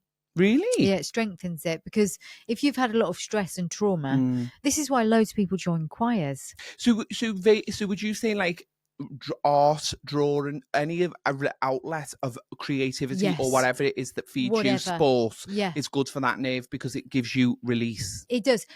See, your in particular singing runs along the side of your throat. Yeah. So when you hum, this is why I think meditation is so popular, because you're strengthening this. What happens is when you've got a lot of stress, it gets lazy. And I actually had a podcast with a girl called Emily Worley, and we were talking about nervous system trauma in babies that are tongue-tied, that can't latch on properly when they feed, and their oral function isn't as it should be. Is that when they snip under the tongue? Yeah. Yeah, but the thing is, sometimes it's several weeks later. Yeah. And so their oral function hasn't developed as it should. And because of that, the way they gulp and things affects the digestive system. So they have a nervous system trauma in that sense, that their vagus nerve is already overused because they're stressed. And then in addition to that, if the baby is left to self-soothe, which is still the advice on the NHS, they can't, because the prefrontal cortex isn't developed. Would you leave the baby to self-soothe? No. So you add layers to the nervous system trauma. So just your oral function is so important in terms of vagus nerve toning. So imagine that you were struggling with oral function for whatever reason from a baby. You had problems with digestion as a result of that. Before you've even had a chance to experience the stress of life, your vagus nerve is overused. So when we sing and hum, it's like doing weightlifting for your vagus nerve. So it's a really good thing to reset trauma, which is interesting because you obviously have a natural skill, but the more you do it, the more you'll bring your nervous system into balance. Do you know what's funny? I think as I've got older as well, which is you're usually in your prime between, say, 27 and 29, I'm a better singer now. Yes. And I think it's a confidence thing as well. Yeah, it will be. It just, I don't know. But you have one of those voices. You know, I love Luther Vandross. He's one of my favourite voices of all time. Yeah, me too. Injurari, both of those that I've heard you do. They have got such incredibly beautiful tones. And the first time I heard you sing, I was just a bit like, you know, when you hear someone sing and it literally hits you like a bolt in the heart. You had that voice. Thank you so much. Where I was just like, it was breathtaking. Oh, I'm not even just saying that. Like, Thank you have got so such much. a beautiful. I can't believe that it's only now that you're confident to go and sing, because it's breathtaking, your voice. But you said that everyone goes deathly silent because it's such a beautiful voice. But I also sing like campy, funny songs as well, and like mess about. I love all that. I love all the Luther and the yeah. Well, that's stuff. that's Yeah, that's my want. That's what I want. Yeah, But you know, beautiful. I love music. I Me love too. listening to other singers that are really gifted as well. Yeah. And I love sharing people's content, and I want everyone to hear. I'm that person who, if someone's talented, I need everyone to see it. Yeah, So yeah, I'll yeah. share it on everything. I don't have like that where I'm thinking, oh, they're better than me. I don't have any of that. I don't know why, but I've never been like that. I love that. And I wish, sometimes I think, should I be like that a bit? Because they're really competitive. And I'm competitive if I was playing a game, or competitive if it was in a competition. But when it just comes to seeing people who are fabulous, I just want everyone to see them. Yeah, I think that's just an innate goodness that you have in your soul. Do you I not think. feel like that? You know, when you Yeah. see someone who inspires you, I just think, remember, I messaged, while we met, I messaged him and said, you really have inspired me, because I was looking at his content, and that's how we became friends. I messaged him Yeah. and said, you inspire me. Yeah. And we met up and we had a coffee and we've been I inseparable. think that's how I make friends with people. I just reach out to Well, them. if I Who like reached someone's out to who, Jax? content, Did I reach out to you? Or did you reach out? I think I reached out to you. Well, I do that as well. Jax is a real hustler, though, you know. He does reach out. He's got no airs and graces about reaching out, because his message is important, Yeah. and it needs to be heard. And I think he's really articulate, and I Yeah. don't think he's aggressive in his approach neither. No, So no, I think no. if you get something wrong with Jax, like you say, the wrong thing, he doesn't attack you. No. His approach is to educate you. And then if you Yes. continue to be that way, then you're just horrible, aren't you? Yeah, But yeah, yeah. if you go, oh, I'm so sorry, and you're willing to learn, we need to not attack people for getting stuff wrong. Yeah, that's definitely what, it's an art to do that. Because you're It not is. allowing people to adjust. And as you say, societal growth comes with people having to adjust. Yes. So please allow that space for people to adjust. Yeah. Don't attack them. Yeah. Because if their brain is programmed that way, that's neural pathways. You know, with a lot of prejudice. Yeah. Those neural pathways are embedded. Yeah. Because they've been practiced Yeah, again and again. yeah. And if you haven't had someone like Jax or someone like yourself or even you, me, yeah. having a conversation and trying to educate in a nice way, you're not giving that person the opportunity to form new pathways. No. And it does take time for some You've got people. to allow habits to change. You can't. And you know, if someone's saying, oh, I'm sorry, they're apologising. Yes. Like, you don't go, oh, well, you've done it 3 times. They allow, like, let's sit and have a conversation, or let's reiterate it again. Yeah. If someone's doing it on purpose, you will know that. Yes, because they're using malice intent. Yeah. Don't just attack someone because they're making a mistake. This is why people, a lot of the time, will lead down the path of prejudice, because they've had bad experiences where they've tried to adjust and not been able to. Yeah. And that's not through fault of anyone. No. But let's be educators. Let's not hold people to account for making mistakes. And you're right. Look at it in terms of, does this person mean to be offensive, or is it just a genuine mistake? Because it can be, can't it? And it can be, of course it can. And we're all human, and we all do that. And I'm sure I've offended people. I've definitely offended people. Yeah. And I've definitely made mistakes. And I remember doing a podcast and I misgendered someone. Obviously not on purpose. And they were like, we'll take it out, don't worry. I said, no. I said, leave it in. Yeah. I said, I want you to leave it in because I want you to see that it's okay to make that mistake and learn from it. And by the end of the podcast, I was using the correct pronouns. But I had made that mistake. Yes. And I'm not ashamed of that. I made that mistake. I was massively sorry. You know what I mean? I didn't mean to do it. Yeah. But it showed an example of like, okay, it is okay to get that wrong if I do happen to get it wrong. Yeah. Without intention, and learn from it. Yeah, I agree with that. That's really powerful, actually. Because I think you could have easily just been like, no, because that's not reality. No, it's not, because we all do it. Yeah. I've certainly done it with people transitioning, where you've known them as one gender, and it does take a while for you for your brain to reprogram. You're not being malicious. No. You're adjusting as well. Jack says it better than anyone. It's not just an adjustment for the person. Yeah. It's an adjustment for everybody who's in their life. Which is why you're so important, because the way you do. Would you like to come in now? Well, obviously, I wouldn't invite you if I didn't want you to, would I? Bring your chair. Here he is now, ladies and gentlemen, the notorious. You just can't hear your voice.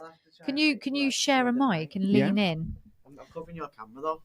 I don't matter. Whose camera? It's only my camera. It's all right, because we've got the. We'll go mid to. Sure. Yeah. You're in.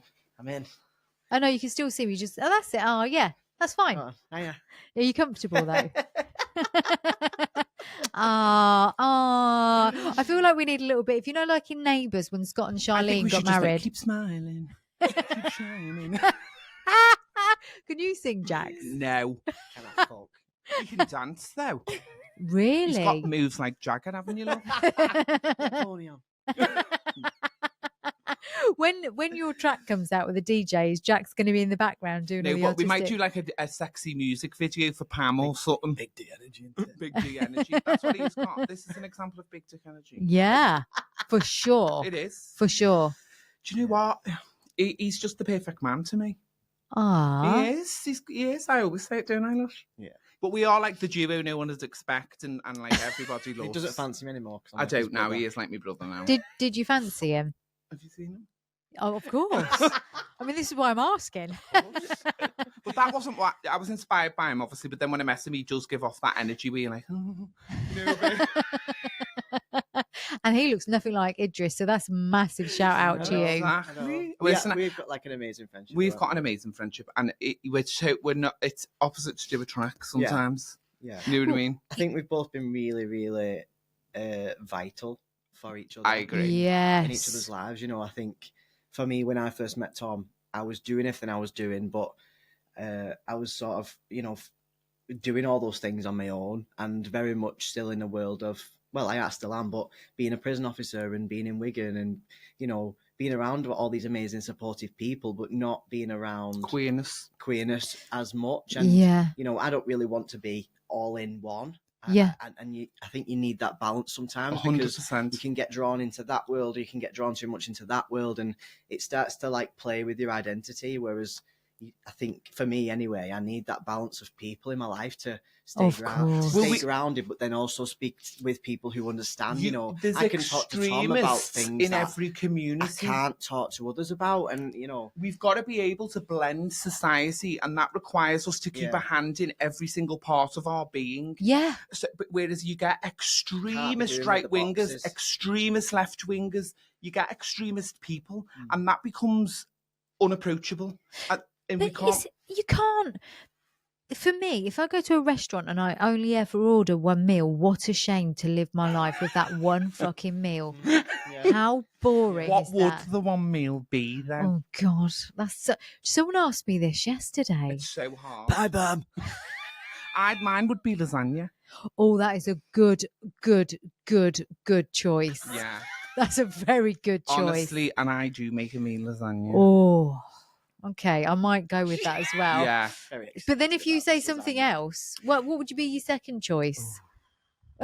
probably. Edamame beans. No, you love them edamame beans. That'd be your second I do. choice. Mine would probably be. Let me think of something absolutely All delicious. that katsu curry thing. Do you know what I love? Chicken. Corned beef hash. That's old school, but I tell Yeah, you what, honestly, you can't yeah, beat it. you Hot can't pot. beat it. What? Hot pot. No, Hot that's scouse. It's called, not hot pot. Yeah, I was going to say, what is the scouse? It's hot pot, It is. but it's made by a scouser. Anyway, we've got a really great friendship, yeah. Yeah. All you do is argue. Wigan hot pot. To be honest, yeah, people actually love just like the way we talk about absolute shite. I like, just, I get so many messages about about us on the podcast because the balance of talking about real serious things, that have affected our lives or whoever we love or, in society, whatever. But then it's also mixed in with like comedy goes. You're right, loving it. Yeah, honestly, like And today then- you've experienced it. Right, just to give context to that, I opened the door, not knowing they were walking up the street. I didn't know this. I just opened the door ready so I could be on the doorstep, waving them in. Hi, Hiya. polite, lovely person. Yeah. And I just heard, you fucking slut. Now that wasn't me that said that. It was Jack saying it to me, and it is entirely true. That's the first thing. I knew it was Jack's because I Do knew you the know voice. what? What I haven't said, actually, I'm newly single in the last couple of days. Ah. Yeah, Yeah, so he was eyeing up someone on the street, that's why. I wasn't. I was concerned You about fucking them because he was Because- talking to himself. We are in Northampton, guys. It happens everywhere. I tell you what, there's some lovely houses there. Yes, there are some lovely houses. Strange people, lovely houses. Yeah, but you know what? There's strange people everywhere. Yes. I like a strange person. Me too. That's why I worked in the mental hospital. Yeah. But it is, Yeah. in fact, you don't get any airs and graces with them. And, Yeah. you know, one side to mental health that I definitely experienced personally and otherwise is that you do find that people will overshare and will be because they're desperate to relieve themselves of pain. Yeah, they are. Yeah. So you do get a very honest You version. do, yeah, you do. There's no, and again, that man talking to himself. There's a few people that do, particularly on this road. Does that include yourself? Yes.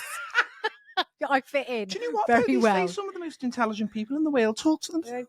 I think if you don't, I don't know if it's because I'm trying to remind myself all Yeah. the time of who I am and what I'm doing because I yeah. forget. Nikki Feely's the best example, isn't she? Oh my god, she just blatantly does You'd it love out my with me. sister as well. Yeah, she's great. But she'll have a full blown conversation with like a piece of paper. Like in the mirror. Oh, in the mirror. what's going on here? Oh my god, she just. I was looking in the mirror, and she just walked straight in front of me and stood in it. And I went, sorry. I said, I'm looking in that mirror. She was like, oh, I didn't see that. I was like, I'm actually in the mirror. I am the mirror.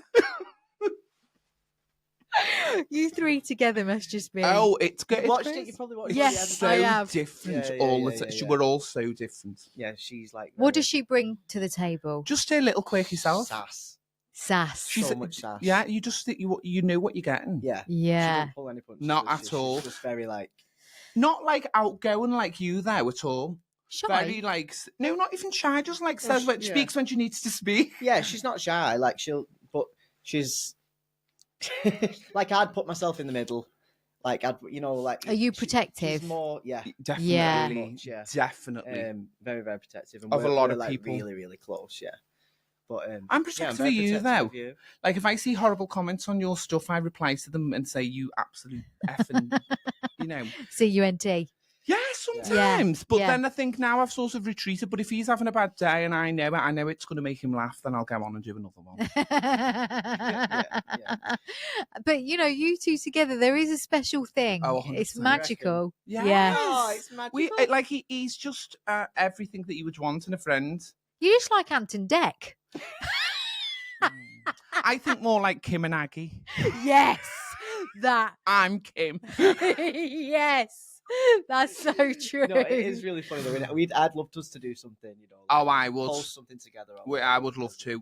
It would be You great. need to do like a travelling show. Oh, fucking Yeah, hell. we're Honest to thinking God. about doing something, aren't we? You've We're got I'm to. actually, Yeah. Yeah. You're in a transitional period in your life, yeah, aren't you? I'm jumping off the cliff. Yeah. You are. I mean, jumping off the Pam and Oh, you fucking two. Pam. Oh, God. cliff. What? You He two. films me a lot as Pam, Pam- actually. Pam and He usually Yeah. films me without any eyelashes on, and no wig, with a skinhead and tights up to there, and I'm like in the mirror, and then I'll just be talking away to myself. As you know, and then he'll like just film me and post it on his story, and I look really glamorous. It really gives the illusion that I'm hoping for. Ella. Do you know when I'm trying to draw in gorgeous fellas? It really is helpful to me. But at least they know what they're getting. Well, like I say, you can't polish a turd, but you can roll one in diamonds. Not just glitter. Diamonds. No, well, I'm more like that glitter, yeah. Maybe like wedding confetti.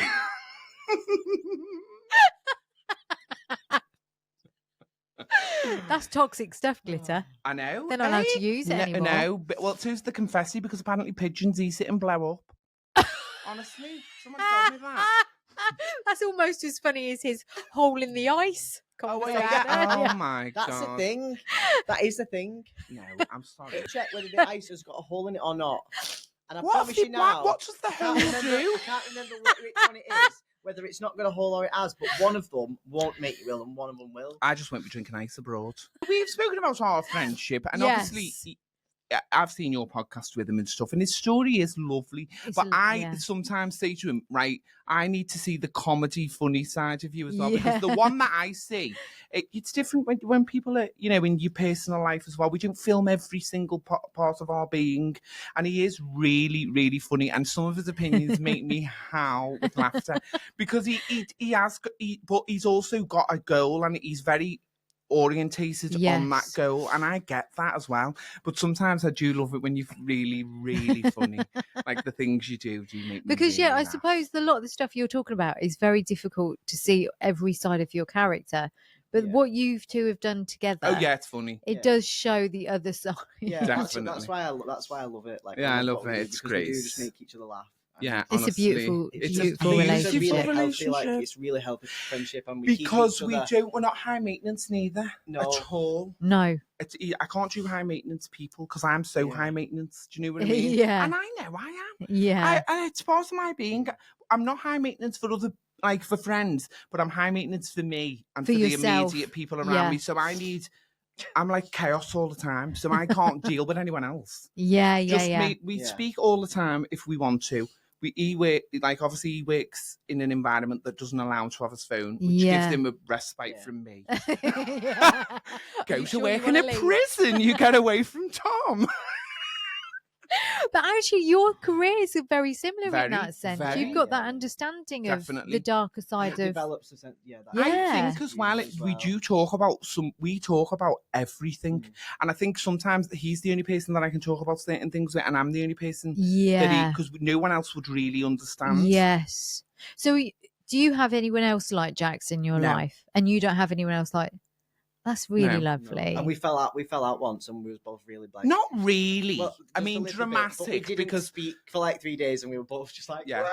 3 days is a long don't time. understand No, what's it going is- on. And I it just doesn't. turned up We at his just- house. it was- Oh no, you couldn't get rid of him. He'd just turn up at your house. Like a Honestly, stalker. just and comes in, doesn't knock to make sure you're in. He's right in there, jogs and It's all. like, this is ridiculous. No, when we were friends within 5 We're minutes, both really sad. I think I was just in about. I think something terrible had happened. What at the time. happened? Tell me what I happened. actually can't remember. don't know. It held no power to me, stuff like No, that. yeah. We're 'Cause both I- very in honest my with each other as mind- well. Like, if I'm in the wrong or if Oh, I'm yeah. in the wrong, I'd be like, nah. But I think that's a testament to good friendship. Is that Yes. because Yeah. you can't take offence to things when people are trying to help you. No, Yeah. and sometimes we are just in a bad mood and we react a certain way, and that's it, isn't it? There's no Yeah. Don't deep. give it power. Yeah. Don't ruin your friendship over like something that you've been in a bad mood. It's human And I nature. can't hide it. Like, I love him and I want him to succeed. So if I feel like, oh no, that's the wrong thing. Yeah. Whatever, I'll be like, this is my. Like if someone's really trashy, will tell me. Yeah, I'll be like, don't do that. Because I'm like friends with everyone. Like I'm like, and then they won't have the best intentions, and he will say they have not got good intentions. Yeah, That's I'll be like, that's a good toxic. friend. And he doesn't like he's not loads of my friends he really loves. It's not like he's like territorial over me. I've got my own group of No. amazing friends, and he's got his own group of amazing Yeah. friends as well. Yeah. But sometimes, like I am like, I want to please everyone and make everyone feel accepted and happy. And sometimes that's not who they are, and he'll be able to see it before I can. That's it. Because that's the goodness we were talking about. Sometimes kindness can be a Naivety, weakness. can't Yeah, it? And yeah. I am a bit like that. I used to hate that saying. People used to say that to me. Kindness is a weakness. No, it's not a No. weakness. No. But Naivety it can be be. taken. Yeah, that's the thing. Yeah. And you've got to learn the difference between being 100%, kind and yeah. naive. Yeah. I think sometimes people use words and can't differentiate them from the actual meaning, and then it Yeah. becomes like what they're saying is, when you're kind to people who aren't kind Yeah, to you, yeah. it can be a weakness Yeah. because they can take advantage of Yeah. you. But it's more to do with them, that. It is, but I also think it goes back to what we were saying earlier about some of the traumas you've experienced early on. Your boundaries were pushed to such a level that perhaps it's taking good people Of course. to help you bring those boundaries back in. We were talking about this on the way. I'm in the best place, like being myself right now that I've ever been. Yeah, definitely. So that's so It's, gorgeous. and it's getting more and more easier. Yeah. My Yeah. career is I'm busy. Yeah. I'm really booked up, and that's what I wanted. So tell me more about that. Tell me more, because we've touched briefly on it, but this is the bit I'm excited I about. was born a drag queen. And I think you are. Yeah. I think people are. Mm. If we talked earlier about RuPaul's Drag Race. Yeah. The bit I used to love is when he gets to the final and he says to them all, "What would you say to little Thomas?" What would I say to little Thomas? I would probably say, don't worry about other people. Yeah. Don't give it any power. Fight back.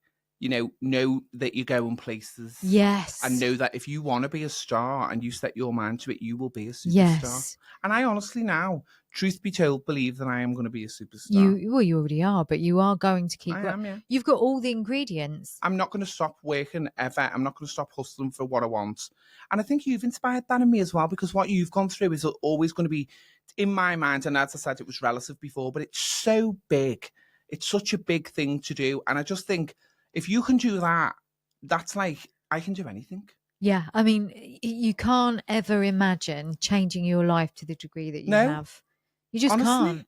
To you, it's normal now, but you know, because you tell this story a lot, that it wasn't always. He's had dark days. Even since we've been friends, he's had, times where, hormones become unbalanced and there's all of that. And it really affects his body. His body needs that testosterone. Him without it, tell me it's a fucking choice then, because I'm telling you now, he is a completely different person, and it really is hard to say. It was upsetting to say I had to check in on him all the time. Yeah. And he's my safety blanket. Yes. And I had to be his, and it was like a switch in roles, really. So well, it's true, yeah. I think because you will talk about it in such an educational way. Yeah. And I think we talked about this maybe on ours, where you tell your story and it almost becomes, it's just verbatim, because you've told it so many times. So people don't always see the emotional bits behind it, those dark days that everybody has, because we do share it. We'll say, oh yeah, I have dark days, but it's not until someone says, no, he really has dark days. No, really. Yeah. And it's sometimes he might not want to say that, and I'll say it for him, and he can say it for me. Yeah. And I know that's okay.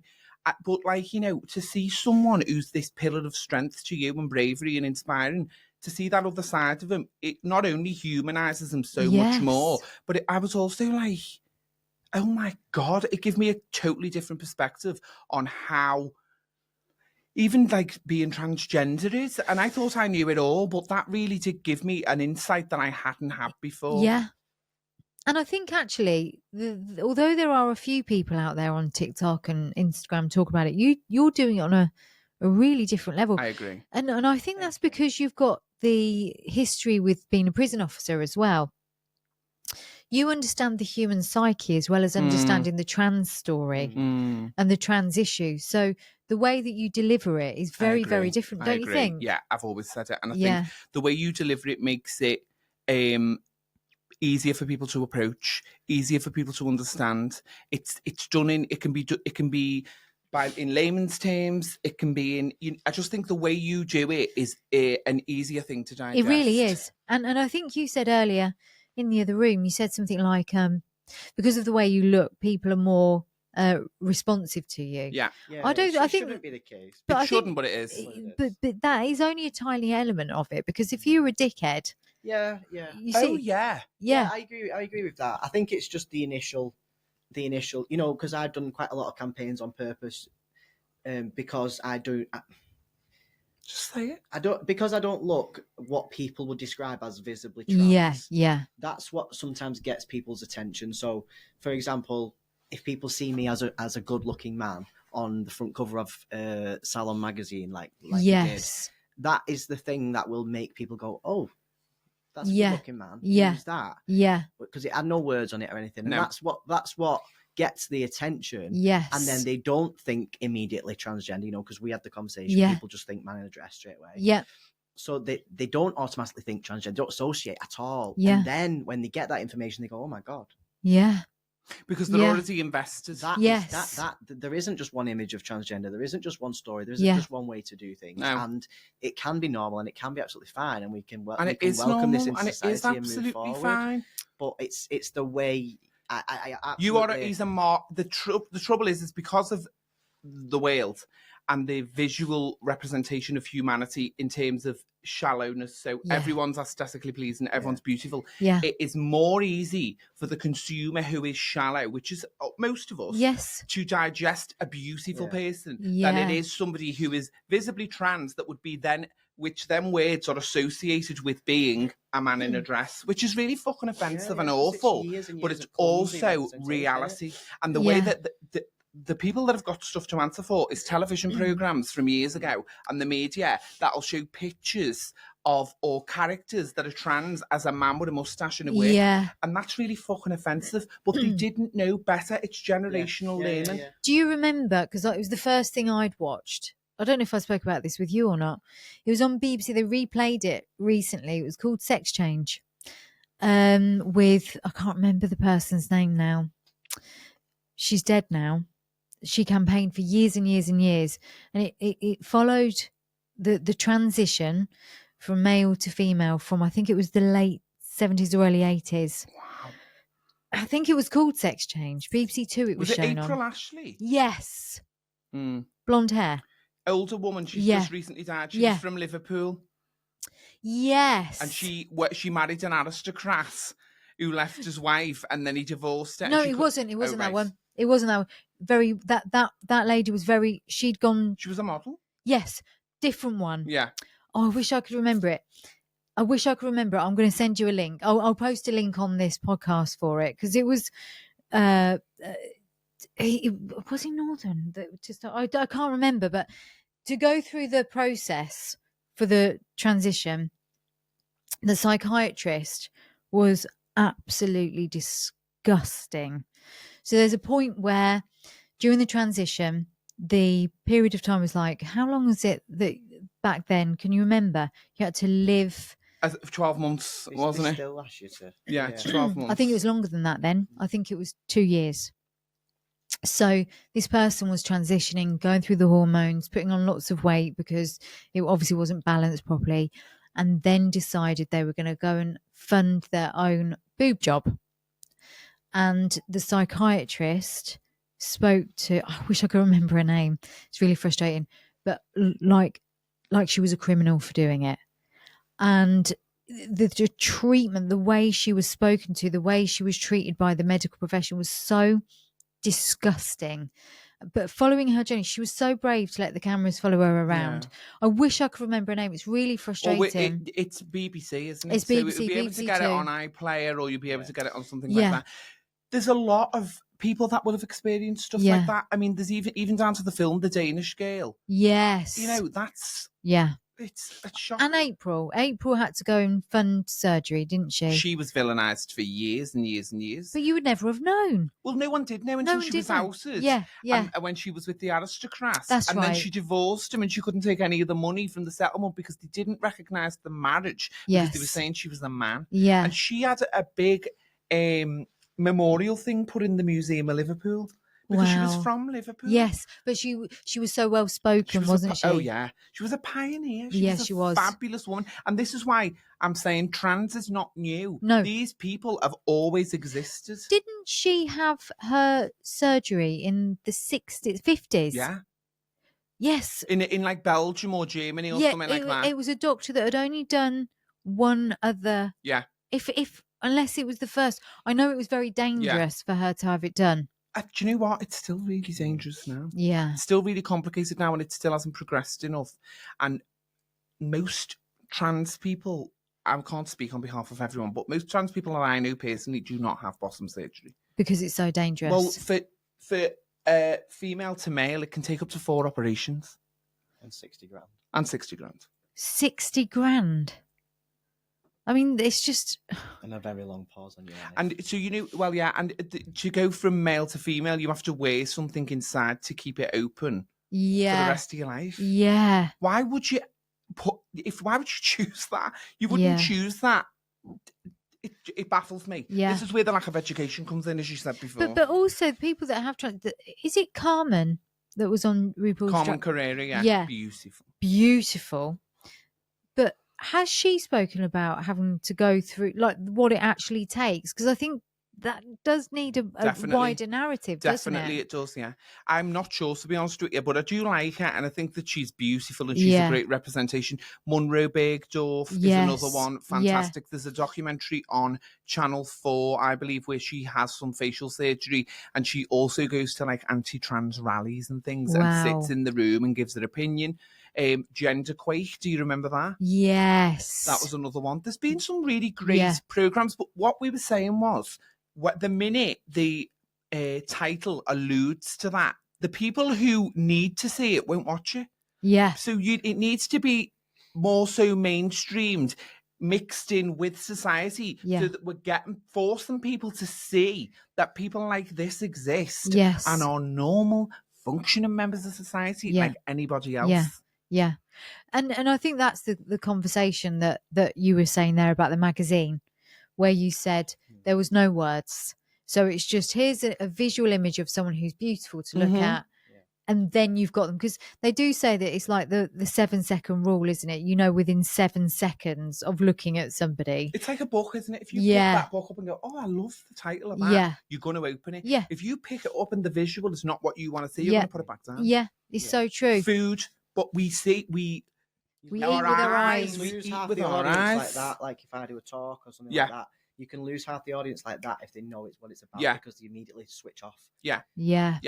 Yeah. Whereas if they don't, and then they There's get an to element of know mystery, you isn't there? as a person or whatever, and then they find out, yeah. they're like, oh, Yeah. okay. Yeah. Yeah. Mm. You've changed mindsets then. Mhm. Yeah. And do you find, because you're doing more and more of the talking now, be it on social media or in person, what are you getting back? What's the feedback? It's incredible. I mean, I don't want to go too deep because obviously this is not my conversation. But Do it's you still, go for it? Yeah. But the impact, like I did a talk last week for GP leads, like within the NHS, and the majority of the room was crying, Wow. listening to those stories, because it's not about changing gender. I've said it to you. It's about life and, Yes. and doing what scares you and living your truth, Yeah. whatever that may mean, Yeah. and providing your children or your employees with, if anyone within a family or an employment feels safe, accepted, and loved, they will thrive. And Yeah. when people listen to what my mum and dad have been through, what my family have been through, what I've been through, I tell these stories and I still get goosebumps. I was Yeah. almost crying doing that talk, Yes, even yeah. though I've done it so much, because the impact in the room You're Well, proud. it's magnetic. reflects back to me, and Yeah. people are crying, and it's because it's not about the gender thing.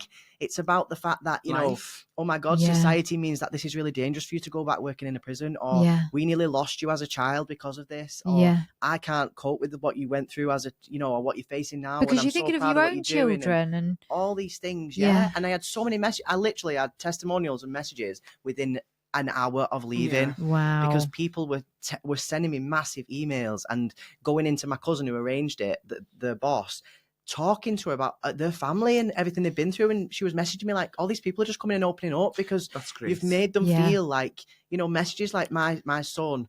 You're is making transitioning. vulnerability strong. Yeah, Yes. I'm absolutely, like, I love vulnerability. Yeah. We had that conversation. Yeah, we did. And I got messages like, my son was born female and is transitioning and has recently tried to end their own life. And I've recently been showing them your videos, and I spoke about your talk today, and it's given them hope that they can see someone who is living a happy life.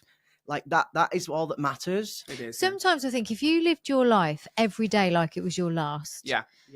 which is what you're both doing, by the way, then it doesn't matter when your time's up, because surely the purpose of being here is to do exactly what you're doing, which is to spread love, joy, educate people, and show people that their life is worthy. Absolutely. Doesn't matter who you are, what your background is, everybody's worthy. And it goes back to what you were saying I think before. when Lift you've each known other. yourself that you felt suicidal, Yeah. that you don't ever want anybody else No. to feel that way. No. So anything that you can do, you could. This is why I walk down the street smiling at everyone. Yeah. And I say hellos to people, because you don't know that you're going to be the last conversation that someone has. And you could turn their day around just by being nice. It's free. It takes more effort to be a twat than it does to be nice. And let's face it, suicide is the biggest killer in men under 35, right? So we have a massive, massive problem, especially with men wanting to take their own lives, but also within the LGBTQ. Yeah. Listen, love, it's the alphabet mafia. Just call it the alphabet mafia. Apparently we've got an agenda to change everyone. It is a cult, by the way, so if you'd like to join, please call 0800 LGBTQIA and we will teach you how to be a homosexual. Thank you for watching. It is also airborne. It is contagious, yeah. I mean, Ella is now a lesbian. Wear a mask. I've got patches on now to try and get rid of it, but it's not going. It's because you don't wear pants. It's because of all this air underneath your wings. God, it's the wind beneath my wings. It's give me homosexuality. This will carry on now for 2 hours while we drive home. People are that stupid thing, you know. Yeah, I know. Honestly, they look at you like they're going to get a crucifix out sometimes. Honestly, I was walking through Birmingham with my eyebrows drawn on and nothing else, so it was quite a frightening sight. But I thought, try and dim it down as much as possible. And people were looking as if I'd tried to steal one of their organs. Honestly, I was thinking, listen, no, they're just shit eyebrows with nothing else on. It's not the end of the world. We've all had shit eyebrows. We've all been looked at Absolutely. that way. The Mine still overplucked won't- mine still era. won't grow back. I'll tint them for you. Don't. I've got fabulous eyebrows. You've got really So good have you. eyebrows. Thank Yours you. are lovely, yeah. Thank you. I'm I used to be sorry. a teenage girl with a no eyebrow era. They won't grow No, back. listen, I must have you're a singed that in swan, love. science You with a are a Bunsen burner. swan. You Okay, are now. a He's a swan. He's a butterfly. He was a caterpillar, now he's a butterfly. He is a Yeah. Which, butterfly. that's the representation of the trans community. Yeah. Which is a gorgeous representation. Yeah, it isn't is. I love the butterfly. I do.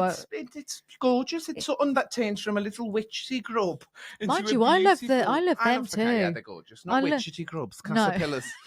Yeah. I'm going to leave you with the insects while you Okay. finish off whatever you're doing. Thank you. It was good to have you, Jax. Yeah, it wasn't bad. It wasn't bad. Considering I'm an effing slut, apparently. But it's a true story. Okay, so I've absolutely loved being on here with I've you. loved having you. You are someone who definitely makes creates a comfortable environment to be able to speak about things that aren't necessarily the easiest to speak about. Don't get me wrong, I am comfortable talking about Yes, these you things, but some people aren't. And I think No. when you create that peaceful, soft environment for people to feel safe and open enough to share, Yeah. that's commendation to you, and thank you for being an ally, and I really appreciate all of that. Well, it's a privilege actually to be able to have conversations with people like you and like Jax, and to be able to. Well, it's a privilege to have conversations with you as well. Thank you. Honestly, I've had literally, apart from the fact that the Wi-Fi Who nearly gives gave me a a shit? heart We've had a attack, lovely time. I've had the best Me time too. of my life. And Me now too. I have to be your best friend. Well, oh yeah, it goes without saying. Especially now you've caught lesbianism. I mean, Now I'm really allowed in. oh, absolutely. Welcome to the mafia. Welcome to the cult. Well, on that note, Thank with you my so new much. lesbianism, Yeah. and my new best friends, And new cult, yeah. and new gold, I- LGBT. Yeah, exactly that. I'm going to come and see you in Birmingham on Absolutely. 30th. The 30th of September at Dropshot in Digbeth. That's where I'm going to Yeah, see you. yeah. If not before, because I might just Hopefully follow you before. home. That's okay. That's okay too. I might just barge in Go the for it. front door like Jax does. Absolutely go for it. You're more than welcome. Thank you, Jax. Thank you, Thank Thomas. you, my darling. And I can't wait to share this with everybody. I can't wait. I neither. love you so much. I love you too.